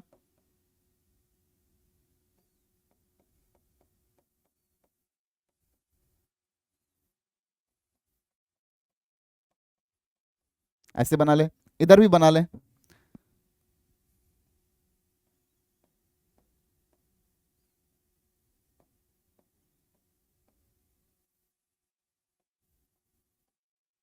ऐसे बना लिया हमने। एक बात बहुत ध्यान से समझिएगा कि दो चीजें हैं। अगर इस पूरे स्ट्रक्चर को देखिएगा, संरचना को देखिएगा, तो कुछ इलाका ऐसा है जहां पे केवल एक्टीन पाया जा रहा है। यानी हम इस इलाके की बात करें, इतने तक की बात करें, इतने तक को देखें, अगर यहां तक को, यहां तक को, तो हमारा क्या पाया जा रहा है दोस्त? एक्टीन पाया जा रहा है कि नहीं? हाँ या नहीं, बता दो। पाया जा रहा है कि नहीं? हाँ भैया, पाया जा रहा है। तो वह इलाका जहां केवल एक्टीन होता है उसे हम रिप्रेजेंट करते हैं आई बैंड से। आई मतलब आइसोट्रॉपिक बैंड। क्या बोलते हैं भैया? Isotropic band. क्या बोल रहे हैं? Isotropic band. इसी आइसोट्रॉपिक बैंड, जो भी इसकी विड्थ हो, जो भी इसकी चौड़ाई हो, लेकिन इसी आइसोट्रॉपिक बैंड पे एक इमेजिनरी लाइन ड्रॉ करें।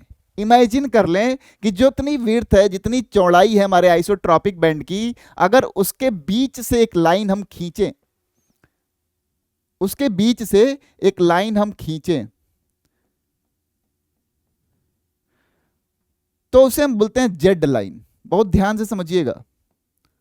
यानी जेड लाइन जो होता है हमारे आई बैंड को दो टुकड़ों में बांट देगा। एक इमेजिनरी लाइन है, ऐसा कोई लाइन एग्जिस्ट नहीं करता है, जिस्चर ने दिया था इस बात को। तो इसको हम लिख सकते हैं हाफ आई, और इसे लिख सकते हैं हाफ आई। कोई प्रॉब्लम तो नहीं होगी इस बात में, क्योंकि हम बोल रहे हैं कि हमारे आई बैंड पे, यानी आई बैंड जिसे कि हम आइसोट्रॉपिक बैंड कह रहे हैं, और आइसोट्रॉपिक बैंड किसे कह रहे हैं? तो भैया जहां केवल एक्टीन प्रेजेंट है। ठीक है? तो उस आई बैंड के मिडिल में एक हम इमेजिनरी लाइन ड्रॉ करें, तो उसे हम कहते हैं जेड लाइन। चलिए, बात सही है। फिर देख रहे होंगे कि अगर इस इलाके की बात करें, यहां से लेके यहां तक की बात करें दोस्त, तो हमारा कहीं ना कहीं आई बैंड भी है, और मतलब एक्टिन भी है, और मायोसिन भी है, दिख रहा होगा। तो इतने इलाके को हम कहते हैं क्या? A band. क्या बोलते हैं? ए बैंड, यानी एन आइसोट्रॉपिक बैंड। यानी दोनों है, एक्टिन भी है, मायोसिन भी है। यानी हम एक तरह से ये भी समझ सकते हैं कि जो मायोसिन की पूरी लेंथ है, उसमें चूंकि एक्टिन भी ओवरलैप है, तो मायोसिन की पूरी लेंथ को हम क्या बोल रहे हैं? ए बैंड बोल रहे हैं। समझ लें, टेक्निकली सही रहेगा। चलिए, फिर हम यह भी देख रहे हैं कि भैया हमारे पास तो कुछ इलाका ऐसा भी है जहां केवल और केवल मायोसिन प्रेजेंट है। दिख रहा है? इसमें केवल और केवल मायोसिन प्रेजेंट है, तो हम इसे बोलते हैं हेंसन जोन या एच जोन बोलते हैं। क्या बोलते हैं भैया? H zone. क्या बोलते हैं? H zone. और इसी हेंसन जोन के बीच में टेक्निक तो कुछ और होता है, क्योंकि यहाँ ग्लोबुलर हेड जो होता है वहाँ के टेल से जुड़ा होता है, बहुत सारे ग्लोबुलर हेड आके जुड़े होते हैं, तो बीच में हो जाता है, तो इसे हम बोलते हैं एम लाइन। लेकिन अभी जो आपके लेवल में है यही समझिएगा कि इस एच जोन के बीच में एक लाइन ड्रॉ करें तो हम बोलते हैं एम लाइन। सेम कहानी इधर भी होगी, इस भाई साहब के पास भी, कि भैया इनका जो आई बैंड है उसके बीच में एक इमेजिनरी लाइन ड्रॉ करें तो जेड बैंड बनेगा। हाफ I2 इसे लिख सकते हैं I, और हाफ I इसे लिख सकते हैं। एक बात जरूर ध्यान दीजिएगा, the distance between two Z line, ये दो जेड लाइन के बीच के डिस्टेंस के यानी जगह को हम बोलते हैं क्या, सार्कोमियर।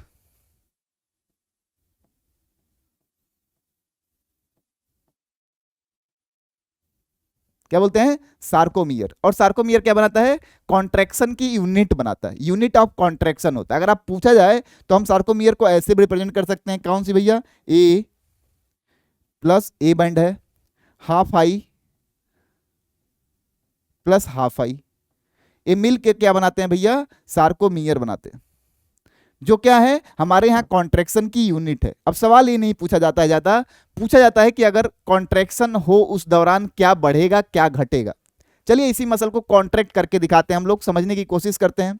तो मान लीजिए हमने एक कॉन्ट्रैक्शन की यूनिट हमारी, ये क्या है, कॉन्ट्रैक्शन की यूनिट है। हम कह रहे हैं कि एक्टिन स्लाइड करता है मायोसिन के ऊपर, इसका मतलब मायोसिन अपने जगह पे ही होगा, गुड। तो मायोसिन के ऊपर अगर एक्टिन स्लाइड करेगा तो डेफिनेट सी बात है, देखिए ओवरलैपिंग बढ़ेगी, किसकी, ओवरलैपिंग बढ़ेगी एक्टिन की मायोसिन के ऊपर, बढ़ेगी, बढ़ेगी ओवरलैपिंग। तो सिंपल सी बात है, हमारा आई बैंड तो छोटा होता चला जाएगा ना दोस्त। यानी अगर मसल का कॉन्ट्रैक्शन हो और लिखते जाए क्या होगा, तो आई बैंड का साइज क्या होगा भैया, कम होगा, डिक्रीज करेगा। समझ पा रहे हैं, अरे भैया इसे सटा के देखो ना स्प्रिंग की तरह। अच्छा ए बैंड के साइज में क्या होगा भैया, तो ए बैंड को हम मायोसिन की पूरी लेंथ ही बोल रहे हैं, तो कोई असर नहीं पड़ेगा। ए बैंड कॉन्ट्रैक्शन के दौरान जो है हमेशा कांस्टेंट बना रहता है, और यही सवाल है, हमेशा कांस्टेंट बना रहता है, और सबसे ज्यादा बार सवाल पूछा गया है। फिर भैया हम बोल रहे हैं कि जहां केवल मायोसिन है उसे एच जोन बोल रहे हैं, तब मायोसिन के ऊपर अगर आ गया एक्टिन तो एच जोन तो कम हो जाएगा, एच जोन भैया कम हो जाएगा, डिक्रीज। और एच जोन और एम लाइन अगर फुल्ली कॉन्ट्रैक्शन करा देंगे तो एम लाइन क्या होगा, डिसअपियर हो जाएगा। Distance between two Z line, two Z line के बीच का जो डिफरेंस है वो भी क्या हो रहा होगा, कम हो रहा होगा। तो इतने सारे चेंजेज हो रहे होंगे ड्यूरिंग मसल कॉन्ट्रैक्शन, और इससे सवाल बहुत सारे पूछे जाते हैं आपके नीट एग्जामिनेशन में इवन। बात समझ में आ गई, चलिए अच्छी बात। अब हमारे पास क्या है, हमारे पास पेशियों को देखें तो दो तरह की पेशियों का जिक्र है आपके एनसीईआरटी में भी, और बहुत बार सवाल पूछे गए आपसे। बहुत बार जो सवाल पूछा गया उसकी हम बात कर लें तो हमारे यहाँ लाल पेशी और सफेद पेशी पाई जाती है, जिसको हम नाम भी देते हैं, जिसको हम क्या करते हैं, नाम भी देते हैं दोस्त। क्या देते हैं, नाम देते हैं। जैसे लाल पेशी होगी, रेड मसल फाइबर बोल रहे हैं। फिर श्वेत पेशी यानी तीव्र मसल फाइबर बोल रहे हैं इसे। लाल और श्वेत से मतलब समझिएगा, हमारे यहाँ जैसे मान लीजिए हम बोलते हैं कि क्या पाया जाता है, हीमोग्लोबिन पाया जाता है, यहाँ पे जो पाया जाता है उसे मायोग्लोबिन कहते हैं। तो जो लाल रक्त पेशी, जो लाल पेशी होती है उसमें क्या होती है, मायोग्लोबिन की मात्रा अधिक होती है। सवाल बहुत बार पूछा गया है। अब इसको कैसे याद करेंगे भैया, तो हम बोलते हैं हमारे खून का रंग लाल होता है, समझिएगा थोड़ा सा टेक्निकल है। काहे होता है भैया, हीमोग्लोबिन की वजह से। तो यहाँ हम क्या बोल रहे हैं, मायोग्लोबिन। तो भैया यहाँ भी मायोग्लोबिन ज्यादा होगा तो लाल हो गया होगा, ऐसे समझ सकते हो। वहां पे भैया कम होती है, कम होती है तो लाल नहीं होगी। बात समझ रहे हैं, चलिए अच्छी बात। सार्कोप्लाज्मिक रेटिकुलम कम विस्तारित होता है यहाँ पे रेड मसल फाइबर में, और वहां पे सार्कोप्लाज्मिक रेटिकुलम अधिक विस्तारित होता है। रक्त वाहिनियां अधिक पाई जाती हैं तो भैया वहां पे कम पाई जाती हैं। माइटोकॉन्ड्रिया की संख्या यहां अधिक पाई जाती है तो माइटोकॉन्ड्रिया की संख्या वहां कम पाई जाती है। एक बात को कोरिलेट कर लीजिएगा कि भैया माइटोकॉन्ड्रिया का काम क्या होता है, तो power house of the cell कहते हैं इसे। अच्छी बात, बिल्कुल अच्छी बात, power house of the cell कहते हैं। इस बात का जरूर कुछ ना कुछ मतलब होगा। एटीपी निर्माण के लिए वायवीय श्वसन यानी एरोबिक रिस्पिरेशन, और वो एटीपी निर्माण के लिए अवायवीय श्वसन यानी एनएरोबिक रिस्पिरेशन पे डिपेंडेंट है। इस पेशी की अनुक्रिया धीमी तथा अव्यक्त लंबा काल होता है। ये मतलब थकती, एक काम तो धीरे धीरे करती है लाल पेशी, लेकिन थकती दूर देर से। और जो हमारी श्वेत पेशियां होती हैं वो काम तेजी से करती हैं लेकिन थकती बहुत जरूरी है, जल्दी है। यानी हमारे पलकों में क्या पाया जाता होगा, क्या पाया जाता होगा, श्वेत पेशी। यही तो होगा, काम कर रही है तेजी से और तुरंत थक जा रही है, रिलैक्स में आ जा रही है। ऐसा ही तो हो रहा है, यस या नो, ऐसा हो रहा है कि नहीं, ऐसा हो रहा है। तो देखिएगा लाल पेशी और श्वेत पेशी में अंतर बहुत बार पूछा गया आपसे। यह पेशी सतत क्रियाओं में सम्मिलित होती है क्योंकि इसमें लगातार संकुचन होता है, थकान धीरे धीरे होता है हमारे लाल पेशियों में। यह पेशी लंबी व सतत क्रियाओं में सम्मिलित नहीं होती क्योंकि यह पेशी तीव्र विश्रांति यानी विश्रामावस्था में चली जाती है, इसमें थकान बहुत तेजी से आता है। तो लाल पेशी और सफेद पेशी में डिफरेंस जो है आप जरूर समझ लीजिएगा। ठीक है, अब हम पढ़ेंगे विभिन्न पेशियों में अंतर। अगर हम देख रहे थे कि हमारा जो मसल, जो स्केलेटल मसल है, जो कार्डियक मसल है, जो हमारा स्मूथ मसल है, उसमें अंतर क्या है? तो जो हमारी रेखित पेशी स्केलेटल मसल होती है बेलनाकार होती है। नॉर्मली जो सवाल पूछा था उसके बेसिस पे देख रहे हैं, बेलनाकार होती है, अशाखित यानी ब्रांच नहीं पाया जाता, बहुकेंद्रीय होती हैं, हल्की व गहरी पट्टियां उपस्थित होती हैं। ये देखा हमने, पट्टियां क्यों पाई जाती हैं? एक्टिन और मायोसिन की वजह से। ये अगर हम बात करें तो तर्क आकार की होती है, अशाखित होती हैं, एक केंद्रक पाया जाता है, हल्की व गहरी पट्टियां अनुपस्थित होती हैं। देख लिया। हृदय पेशी की बात करें तो भैया बेलनाकार होती हैं, शाखित होती हैं, एक केंद्र की होती हैं, हल्की व गहरी पट्टियां यहां भी अनुपस्थित होती हैं। लेकिन जो हमारी हृदय पेशी है वहां पाई जाती है क्या? इंटरकैलेटेड डिस्क पाई जाती है, जिसे कैल्शियम बूस्टर कहते हैं। जो करता क्या है? हृदय पेशी को एज ए यूनिट काम कराता है। हृदय एक बार सारी पेशियां कॉन्ट्रैक्ट करती हैं, रिलैक्स करती है, तो इंश्योर करता है वो।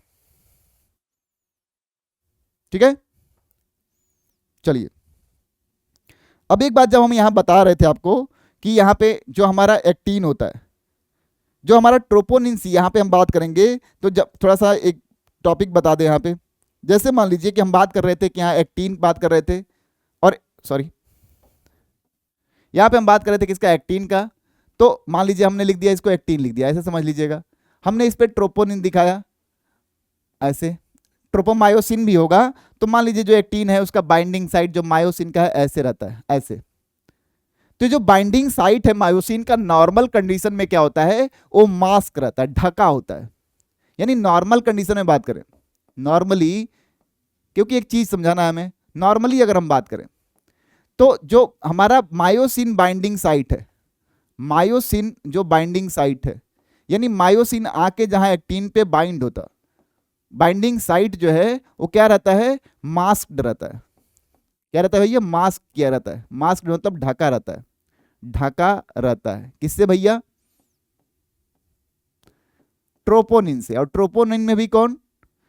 तो ट्रोपोनिन सी से, ट्रोपोनिन सी से, यानी ट्रोपोनिन सी से ढका रहता है, क्योंकि दरवाजा खुलेगा नहीं तब तक ते अपने साइट पे अटैच नहीं हो पाएंगे मायोसिन।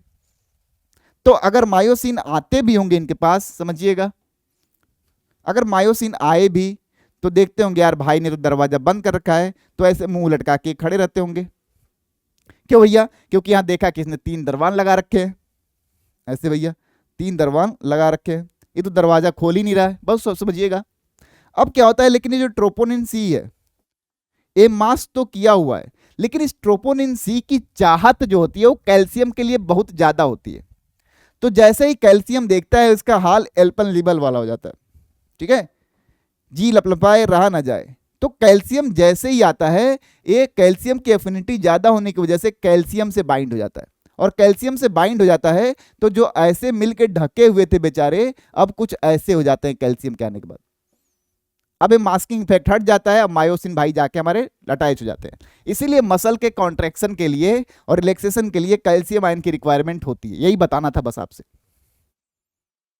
ठीक है, हमने देख लिया, ये भी देख लिया, ये भी पढ़ लिया, ये भी पढ़ लिया, ये भी पढ़ लिया।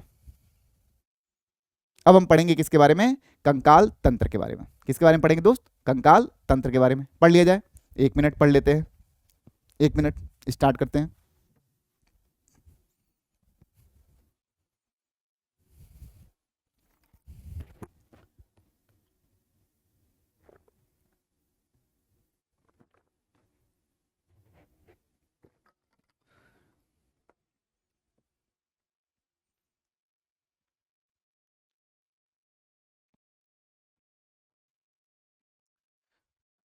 जब भी हम बात करेंगे कंकाल तंत्र के बारे में तो एक चीज जरूर जान लें कि कंकाल तंत्र मतलब हमारे बॉडी को, हम अगर किसी बंदे से नॉर्मली पूछें कि भैया हमारे कंकाल का फंक्शन क्या होता है, कार्य क्या होता है, कंकाल के बारे में पूछे तो भैया ये बंदा पट से बोल रखेगा कि भैया हमारे बॉडी का जो फ्रेमवर्क है, जो ढांचा है, वो हमारा कंकाल ही बनाता है। ऐसा बोल देंगे, हम भी बोल देते थे, इसमें कोई समस्या की बात नहीं है।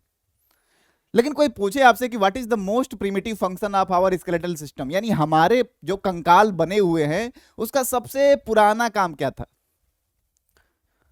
प्रिमिटिव फंक्शन क्या था हमारे कंकाल तंत्र का? तो एक बात जरूर ध्यान रख लीजिएगा कि जो प्रिमिटिव फंक्शन यानी मोस्ट बेसिक फंक्शन जो हमारे कंकाल तंत्र का होता है, and that is protection of delicate organs. हमारे शरीर में पाए जाने वाले ऐसे अंगों को प्रोटेक्ट करना। कैसे भैया? तो भैया अगर ऐसा ना होता कि हम केवल चलन में, गमन में इसका इस्तेमाल करते, तो खोपड़ी को ब्रेन बॉक्स में नहीं रखते। खोपड़ी को बहुत प्रोटेक्टेड रखते हैं हम लोग, क्रेनियम में, ब्रेन बॉक्स में, पढ़ा होगा, करोटी जिसे कहते हैं, रखा है कि नहीं? 8 हड्डियां मिलकर बनाती हैं उसे। चलिए दूसरा भैया, तो हमारे फेफड़े को देख लो, हमारी कशेरुकी है पीछे और आगे रिबकेज, एक बक्सा बनाई हुई है पसलियां मिलके, और उस बक्से में हमारा रखा हुआ है फेफड़ा, और वहीं कहीं हमारा दिल भी घुसा दिया गया कि भैया तुम भी इन्हीं के साथ प्रोटेक्टेड रहो। तो सिंपल सी बात है कि चलो हमारा संरचना जो भी जैसी भी हमारी अच्छी है, लेकिन इस संरचना के पहले भी देखे तो काम क्या होता था इनका? प्रोटेक्शन ऑफ डेलिकेट ऑर्गन्स, कंकाल तंत्र का। तो कहीं ना कहीं सपोर्टिंग फ्रेमवर्क हमारे बॉडी का तो बनाती ही है, लेकिन अगर आपसे कोई पूछे तो आप बता सकते हैं, और आपसे पूछे कि भैया कौन सा ऐसा एग्जाम्पल है, तो बता सकते हो भैया कि हमारा दिमाग किसमें रखा है? बक्से में रखा हुआ है, क्रेनियम में, करोटी में रखा हुआ है। हमारी पसलियां और कशेरुकी मिलकर बनाती हैं क्या? रिबकेज, वहां पे हमने फेफड़ा रख रखा है, उसी फेफड़े के पास बोला कि भैया थोड़ा जगह दे दो, दिल को भी डाल दिया। तो कहीं ना कहीं हम इसे बचा के रखे हुए हैं कि नहीं?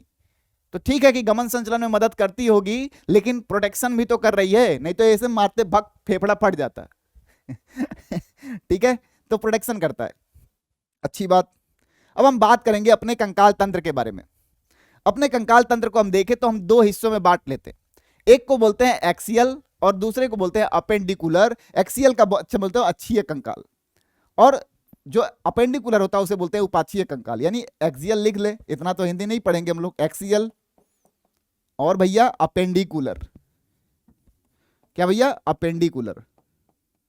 जैसा कि आप सबको पता है कि हमारे पास जो है 206 हड्डियां पाई जाती हैं, हमारे पास 206 हड्डियां पाई जाती हैं, जन्म के समय 213। ठीक है, ठीक है, तो हम इसके बारे में पढ़ने वाले हैं। तो अपने पूरे हड्डियों की बात करें, कंकाल तंत्र की बात करें, तो हम 206 हड्डियों का जिक्र करते हैं। उसमें हम 2 हिस्सों में बांट लेते हैं, एक को बोलते हैं अक्षीय कंकाल यानी एक्सियल स्केलेटन, और दूसरे को बोलते हैं उपांगीय कंकाल यानी अपेंडिकुलर स्केलेटन। अब हम इस 206 हड्डियों को आपको देखिएगा कैसे आसानी से आपको याद रहेगा। चलिए आसानी से याद करा देता हूं। तो जब हम बांट लेते हैं अपने पूरे को, तो चलिए हम आपको अपने अंदाज में बता दे भैया। तो हमने कहा कि हमने 2 हिस्सों में बांट रखा है अपने पूरे कंकाल तंत्र को। कौन कौन सा भैया? तो हमने बोला कि एक्सियल स्केलेटन यानी अक्षीय कंकाल, अक्षीय कंकाल, पहले इसी का जिक्र कर लें, अक्षीय कंकाल बोल रहे हैं। पहले हम जान जाए कि भैया अक्षीय कंकाल में हमारे यहां कौन कौन सी हड्डियां पाई जाती है, पढ़ लें। चलिए एकदम ध्यान से समझिएगा, ठीक है? यानी एक्सियल स्केलेटन की बात करने वाले, एक्सियल स्केलेटन की बात करने वाले। चलिए भैया जान लेते हैं कौन कौन सी हड्डियां पाई जाती हैं और कहां पाई जाती हैं।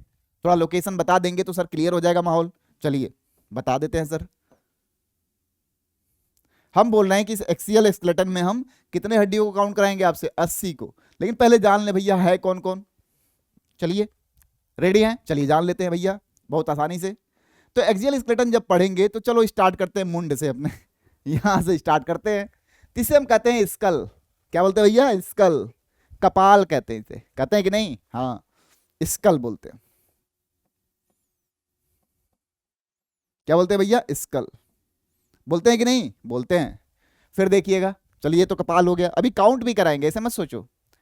स्कल हो गया, चलो भैया और क्या हो गया भाई? और देखेंगे तो हमारे पास देखिए एक नॉर्मल हमारी पसलियां हो गई यानी रिब्स हो गई। क्या हो गया भैया? रिब्स हो गई यानी पसलियां।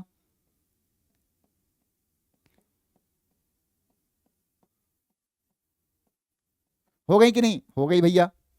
फिर भैया ये जो पसलियां हैं वो आके किससे जुड़ी हुई हैं? हमारे आगे एक बोन है जिसे कहते हैं क्या? स्टर्नम। क्या बोलते हैं भैया? स्टर्नम। स्टर्नम बोन से आके जुड़ी होती है। इन पसलियां निकलती कहां से भैया? तो कशेरुकी से, वर्टिब्रल कॉलम से। कहां से निकलती भैया? कशेरुकी से।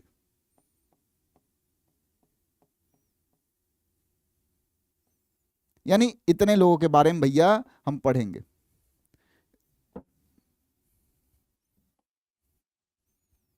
इनको भी 4 हिस्सों में बांट लिया हमने। क्या किया? अपने अक्षीय कंकाल को भी 4 हिस्सों में बांट लिया। बात तो समझ में आ रही है? कौन कौन भैया? तो हमारा ए हो गया वाला इलाका हो गया, खोपड़ी वाला। फिर भैया हमारा स्टर्नम हो गया, फिर भैया पसलियां हो गई, फिर भैया एक कशेरुकी हो गया। इतने हिस्सों में बांट लिया हमने। क्लियर है? चलिए अच्छी बात। जब बांट लिया तो स्कल की बात करें, यानी पूरे मुंडे की बात कर लें, इतना की पूरे की। तो स्कल को हम बेसिकली 2 हिस्सों में बांट के पढ़ते हैं, जो आपके एनसीईआरटी में लिखा हुआ है। लेकिन अपने स्कल की बात करें तो हम चलो 4 हिस्से में बांट लें। कौन कौन सी भैया? तो एक को बोल दें क्रेनियम, यानी जो हमारा ब्रेन बॉक्स बनाता है। क्या भैया? क्रेनियम। ठीक है। दूसरा जो हिस्सा होगा वो होगा हमारा फेस रीजन, जो बनाता है फेसियल। फेसियल। तीसरा आइटम क्या है भाई साहब? तो तीसरा आइटम याद करिएगा, हमने पढ़ा है कि हमारे कान में भी हड्डियां पाई जाती हैं, जिसे कहते हैं क्या? Ear ossicles. कहते हैं कि नहीं? तो भैया कितनी पाई जाती हैं? तो एक कान में 3 हड्डी, तो हमारे पास भैया 2 सेट ईयर ऑसिकल ही पाई जाती है, यानी ईयर ऑसिकल्स। और भैया क्या पाया जाता है? भैया जब हम पढ़ रहे थे जीभ, तो हमने एक पढ़ा था कि यहां पे बोन पाई जाती है, यहां पे हड्डी पाई जाती है, जिसका नाम होता है हवाइड बोन। जिसका नाम होता है हवाइड बोन। नंबर में 1 होती है, 1। ईयर ऑसिकल्स हमारे पास कितने पाए जाते हैं? 2। तो टोटल नंबर ऑफ हड्डी कितनी होगी भैया? 6। याद होगा ईयर ऑसिकल्स में मैलस, इंकस, स्टेप्स पढ़ते हम लोग। अब आपके एनसीईआरटी में एक लाइन लिखा हुआ है कि मेजर हिस्सा जो है हमारे स्कल का, the major part of our skull किसका बना होता है? क्रेनियम और फेसियल बोन का मेजर हिस्सा। तो भैया अगर देखें तो 100, अगर इसका इलाका इतना है तो कान की हड्डी छोटी छोटी, हवाइड छोटा। तो उसके कहने का मतलब है कि अगर पूरा मतलब एक बड़ा सा है आइटम कोई, और उसमें कोने में तुम्हारा है कुछ, तो मेजर सा पार्ट किसका बना हुआ है? तो मेजर पार्ट बना हुआ है क्रेनियम और फेसियल रीजन का, जिसमें 22 हड्डियां पाई जाती हैं। कई बार ये सवाल पूछा गया है कि our skull is made up of, हमारा स्कल में कितनी हड्डी पाई जाती है? तो एक बात जरूर कान खोल के सुन लीजिए कि अगर 29 ऑप्शन में होगा तो हमेशा 29 ही सही होगा। लेकिन अगर 22 ऑप्शन में दिया है, 29 नहीं दिया है, तो एनसीईआरटी अपने उसी लाइन को कंसीडर कर रही है कि मेजर पार्ट जो होता है हमारे किसका? स्कल का, खोपड़ी का, वो बना होता है फेसियल बोन से और क्रेनियम बोन से। उसने इनको मेजर पार्ट में शामिल नहीं किया है। सही बात है, बहुत छोटी होती है तो मेजर हिस्सा तो बनाती नहीं होंगी। अब हम जानना चाहेंगे इसी क्रेनियम और फेसियल के बारे में। चलिए तो क्रेनियम और फेसियल के बारे में जान लें। तो क्रेनियम मतलब खोपड़ी देख लें। हम बोलते हैं क्या क्रेनियम को? Brain box. क्या बोलते हैं भैया? ब्रेन बॉक्स बोलते हैं क्रेनियम को। क्रेनियम को क्या बोलते हैं भैया? ब्रेन बॉक्स बोलते हैं।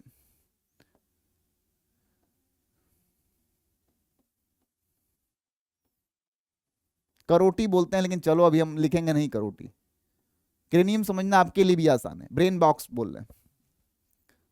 तो कोई ऐसे बक्से नुमा संरचना होगी भैया, बक्सा बोल दें तो बक्सा घर पे देखे होगे ना, ऐसे ही तो होता है।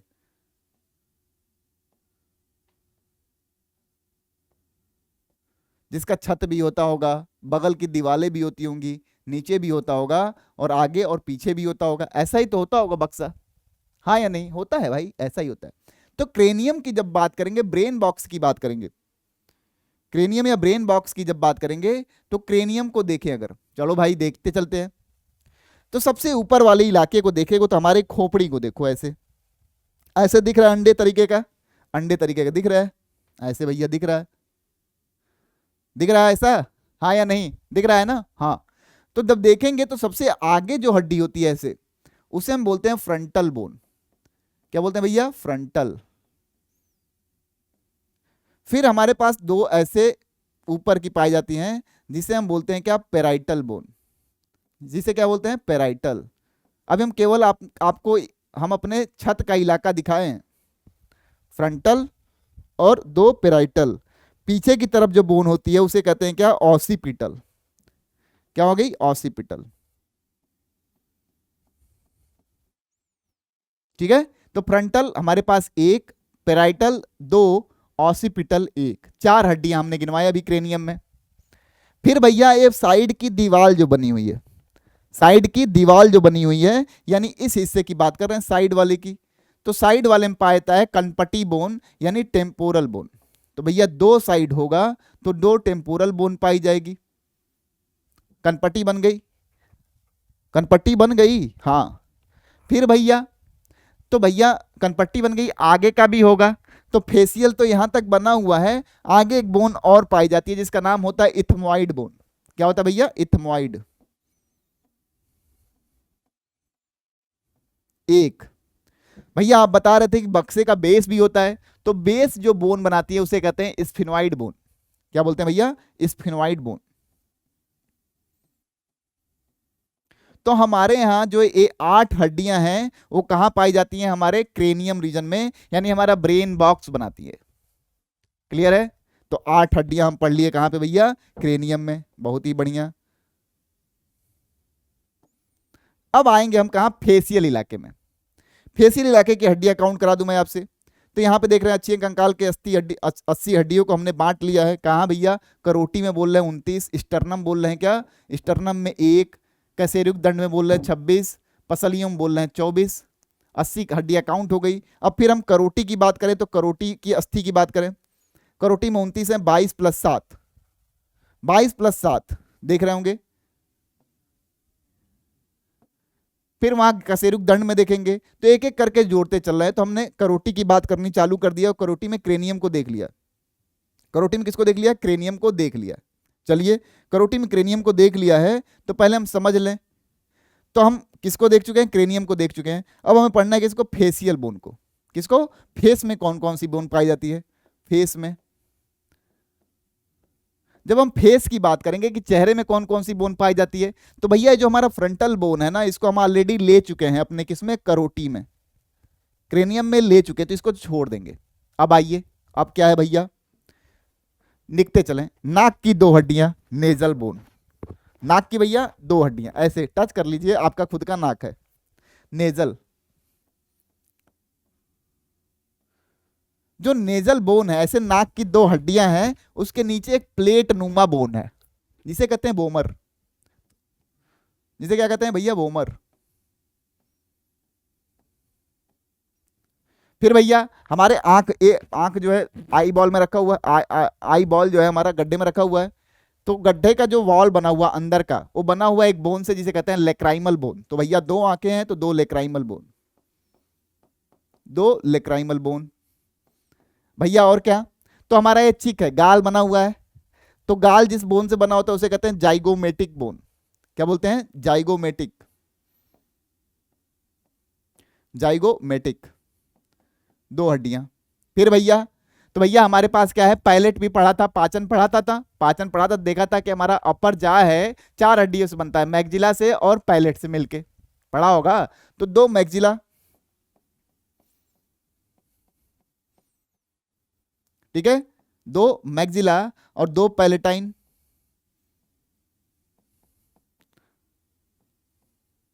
भैया हमारे जॉ में एक और भी तो बोन पाई जाती है, मैंडिबिल भी तो है, हार्ट शू शेप का, तो मैंडिबिल भी लिख ले।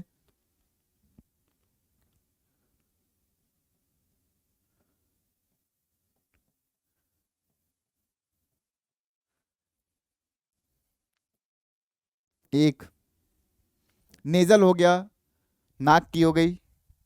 बोमर हो गया, नाक के नीचे हो गया। लेक्राइमल हो गया, ये वाला पार्ट हो गया। जाइगोमेटिक हो गया, ये वाला हिस्सा हो गया। मैग्जिला हो गया, अपर जा का हिस्सा हो गया। पैलेटाइन हो गया, उसके जा का हिस्सा हो गया। मैंडिबिल हो गया एक। इस तरह से 14 बोन काउंट हो गई। तो 14 और 8 कितना हुआ? 22 हो गई। 6 ईयर ऑसिकल्स हो गई, 6 ईयर ऑसिकल्स हो गई, 6 ईयर ऑसिकल्स हो गई जब, तो 6 कितना हुआ भैया? 6 ईयर ऑसिकल्स हो गई, कान की हड्डियां हो गई, तो 22 6 28 और एक क्या हो गया? हाइट बोन हो गया 29, तो 29 करोटी की बोन हो गई। स्टर्नम हम एक देख ही रहे हैं। कशेरुक दंड देखेंगे तो 26। कैसे भैया? तो हमारे गर्दन वाले इलाके में 7 पाई जाती है, गर्दन वाले इलाके में 7, तो उसे कहते हैं ग्रीवा कशेरुकी। जो हमारा थोरेक्स यानी वक्षीय रीजन है, वहां पे कहां कितनी पाई जाती है? 12 पाई जाती है, तो उसे वक्षीय कशेरुकी कहते हैं, 12 नंबर में होती है। फिर कट कशेरुकी यानी लंबर वाले इलाके में, पेट वाले इलाके में 5 पाई जाती है तो उसे कहते हैं कटिकरुस कशेरुकी 5। फिर हमारे पास होता है सैक्रम यानी त्रिक कशेरुकिया जिसको संख्या होती है 5, और पुंक्षीय कशेरुकी 4 मिलके 1 बनाती हैं। तो अगर हम 12 7 29 5, 12 7 19 5 24, और 24 और ए जो हमारा त्रिक कशेरुकी है 5 फ्यूज होके 1 बनाती है, और जो हमारा पुच्छीय कशेरुकी है 4 फ्यूज होके 1 बनाती है। तो वैसे तो नॉर्मली जब फ्यूज नहीं होती तो हम 33 बोलते हैं, लेकिन फ्यूजन के बाद हम बोल रहे होते हैं 29, इसलिए बोलते हैं जब पैदा होते हैं 213 हड्डियां होती हैं। पसलियों की बात करें तो 24 पसलियां होती हैं। पसलियों का जिक्र कर लें अगर थोड़ा सा डायग्राम में, तो पसलियां जब देखेंगे तो हम अगर मान लीजिए हम ऐसे खड़े हैं आपके सामने, ऐसे खड़े हैं, तो सिंपल सी बात है पीछे हमारा क्या होगा, वर्टिब्री यानी कशेरुकी होगी। चलिए बना लेते हैं, मान लीजिए एक इमेजिनरी बना लें यार, ऐसे पीस नहीं दिखाएंगे। कशेरुकी होगी पीछे, अच्छी बात। आगे क्या होगा, हमारा स्टर्नम होगा। आगे क्या होगा भैया, हमारा स्टर्नम होगा। यस या नो, होगा भैया, है। चलिए, तो यहां से जो हमारी कशेरुकी है, यहीं से हमारी क्या होती है, पसलियां एराइज होती हैं, निकलती हैं। हम कह रहे हैं कि 12 पसलियां पाई जाती हैं। 1 2 3 4 5 6 7, 1 2 3 1 2। तो इसमें जो 12 पसलियां पाई जाती हैं हमारे यहाँ, 12 जो पसलियां पाई जाती हैं उसमें से 1 से लेके 7, 1 से लेके 7 जो होती हैं वो डायरेक्ट हमारे कशेरुकी से निकलती हैं और जाके स्टर्नम पे जुड़ जाती हैं। स्टर्नम पे जुड़ जाती हैं, इसलिए उसे बोलते हैं ट्रू रिब।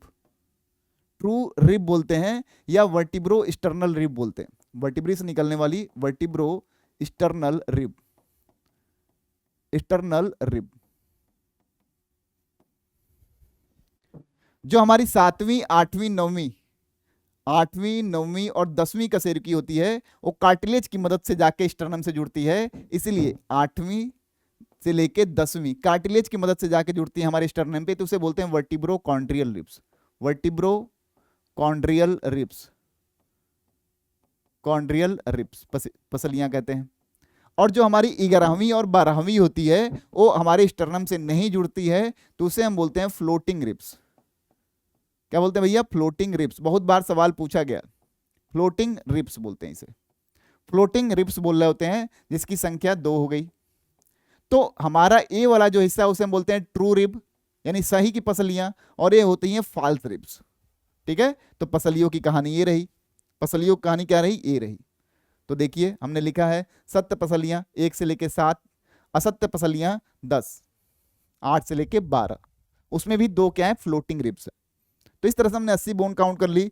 फिर आएंगे हम अपने यहाँ कहाँ पे भैया, फिर आएंगे उपांगीय कंकाल में 106 हड्डियां। तो जब भी हम उपांगीय कंकाल पढ़ते हैं तो हम 2 हिस्सों में बांट लेते हैं, एक गर्डल बोन बोल देते हैं और एक को क्या बोल देते हैं, लिम्स बोल देते हैं। गर्डल मतलब होता है बेल्ट। तो आपके शरीर में बेल्ट का क्या काम होता है, तो वो बॉडी को चारों तरफ से लपेटता है। तो जब भी हम बात करते हैं गर्डल की तो हमारे पास 2 गर्डल पाए जाएंगे, एक तो यहां और एक कमर में। गर्डल कमर में और एक यहां। तो जो ऊपर वाला होता है उसे हम कहते हैं पेक्टोरल गर्डल। तो यहाँ पे स्कैपुला बोन देखा होगा और एक कॉलर बोन देखा होगा, क्लेविकल, वो मिलके क्या बनाती है, ऊपर वाली गर्डल बनाती हैं। ठीक है, तो अगर हम देखें तो यहाँ पे मेखला अस्थियां जो है हमारी, तो यहाँ अंश मेखला जो बनता है यानी पेल्विक पेक्टोरल गर्डल जो बनता है उसमें 4 हड्डियां होती हैं। कौन कौन सी भैया, क्लेविकल 2 और 2 स्कैपुला। और फिर जो श्रेणी मेखला बनता है हमारा उसमें 2 हड्डियां। तो 6 हड्डियां हमारे मेखला में पाई जाती हैं। और भैया पाद अस्थियां यानी लिम्स की बात कर लें तो लिम्स में 120। तो भगवान ने हमें 4 लिम्स दिए हैं, 4 लिम्स दिए हैं, 4 लिम्स दिए हैं। और एक लिम्ब में हमारे यहाँ 30 हड्डियां पाई जाती हैं। अगर हम देखेंगे तो जैसे हम काउंट ही करा लें तो हाथ में ह्यूमरस, रेडियस, अल्ना 3, फिर टार्सल, मेटाटार्सल, फेलेंजेज, ऐसे काउंट करा लेते हैं हम लोग। चलिए काउंट भी करा दें, कार्पेल, मेटाकार्पेल, फेलेंजेज, सही, टार्सल नहीं, सॉरी। ठीक है, तो अगर हम काउंट कर लेंगे तो एक हाथ में 30 और दूसरे हाथ में भी 30, 60 हड्डियां। पैर में भी 30-30 हड्डियां पाई जाती हैं। तो टोटल मिला जो कितनी हो जाती हैं भैया, 120 हड्डियां हो जाती हैं। तो यहाँ पे लिखा हुआ है जो ऑलरेडी हम पढ़ चुके हैं, फ्रंटल, पेराइटल, टेम्पोरल, ऑसिपिटल, इन सब का जिक्र हम कर चुके हैं, इन सब का जिक्र हम कर चुके हैं। बस आप एक बार देख लीजिएगा, बस एक बार आप देख लीजिएगा। यहाँ पे भी हम देखते हैं, इन सारे डायग्राम्स को देख रहे हैं कि कौन कौन सी हड्डियां कहाँ पाई जाती हैं। हम टर्मिनेट्स को भूल गए थे, शायद नाम नहीं लिखा हुआ। हमारे यहाँ नाक में 2 टर्बाइंस पाई जाती हैं, जो हमारे एयर, जो भी हम सांस लेते हैं, वो क्या करती हैं, कॉन्की बोन कहते हैं उसे, टर्मिनेट्स कहते हैं नेजल। जब भी हम सांस लेते हैं तो होता क्या है, उस सांस को या उस हवा को हमारे बॉडी के टेम्परेचर के बराबर पहुंचा देती है वो लोग। कान की अस्थियां हम पढ़ ही चुके हैं, माइलस, इंकस और स्टेप्स के बारे में। फिर हम बात करेंगे आकृति, हाइवाइड बोन की यानी पोजीशन देख चुके हैं, बता भी चुके हैं हम आपको, तो इसमें कोई समस्या की बात नहीं होनी चाहिए। फिर कशेरुक दंड यानी वर्टिब्रल कॉलम की बात बता चुके हैं कि ग्रीवा कसूरी की 7, वच्छीय कसूरी की 12, कट कसूरी की 5, त्रिक कसूरी की 5 होती है लेकिन जुड़ के 1 बनाती है, और पुच्छी कसूरी की 4 होती है लेकिन जुड़ के 1 बनाती है। इसका भी हमने देख लिया। फिर कशेरुक दंड की बात करें तो ऐसे होता है, ग्रीवा कशेरुक, बच्च कशेरुका, कट कशेरुका, त्रिक, अनुत्रिक, ठीक है। वर्टिब्रल कॉलम की जिक्र करें तो ऐसा कुछ होता है, हमने बताया था वर्टिब्रल कॉलम हमारा जो यहाँ पे सेंट्रम पाया जाता है। जो सबसे पहली वर्टिब्रा होती है उसे क्या कहते हैं, एटलस कहते हैं। जो दूसरी वाली होती है उसे क्या कहते हैं, एक्सिस कहते हैं, अगर पोजीशन वाइज देखें तो। मानव सहित लगभग सभी स्तनधारियों में ग्रीवा कशेरुकी की संख्या 7 होती है। सभी ग्रीवा कशेरुकों के अनुप्रस्थ प्रवर्ध पर छिद्र पाया जाता है, जिसे हम फोरामेन ट्रांसवर्सेरियम बोलते हैं, ठीक है। इस नाल से होती हुई कशेरुक धमनी निकलती है जो मस्तिष्क व मेरुरज्जु के रक्त मिश्रण करती है। ग्रीवा कशेरुकी कंटकीय प्रवर्ध दिशाकित होते हैं, तो C2 के अतिरिक्त। फिर हम बात करें प्रथम कशेरुक एटलस है और यह अनुकपाल अस्थिकंदों के साथ संधि बनाता है। इस कोंडाइलर ज्वाइंट कहते हैं उसे, के कारण हा गति होती है ऊपर नीचे की ओर, और एटलस में सेंट्रम पूर्ण जाइगोफाइसिस के पश्च जाइगोफाइसिस की अनुपस्थिति होती है। हमने देख लिया ऐसे पाई जाएंगी वर्टिब्री। कटी कशेरुकी, त्रिक कशेरुकी का जिक्र हमने कर लिया है, पुंछ कशेरुकी का जिक्र कर लिया है। उपांगीय कंकाल में 126 हड्डियों का जिक्र किया हमने, देखा पाद में 120 हड्डियां, मेखला में कितनी 6 हड्डियां, ठीक है। ये सब देख लिया हमने, ठीक। ये सब आप रिवाइज कर लीजिएगा। धन्यवाद। जो सबसे आपको अच्छा लगता है वो वाला स्लाइड आ गया, धन्यवाद। लगभग हमने सारे हड्डियों को भी काउंट कर लिया और मसल्स के कैरेक्टरिस्टिक के बारे में भी देख लिया। जब हमने देख लिया इसके बारे में तो समझ लिया होगा आराम से, आपने समझ लिया होगा आराम से, तो कोई समस्या की बात तो इसमें है नहीं दोस्त। चलिए पढ़ते रहिए, मुस्कुराते रहिए, ठीक है। यस या नो, हाँ हाँ सही बात।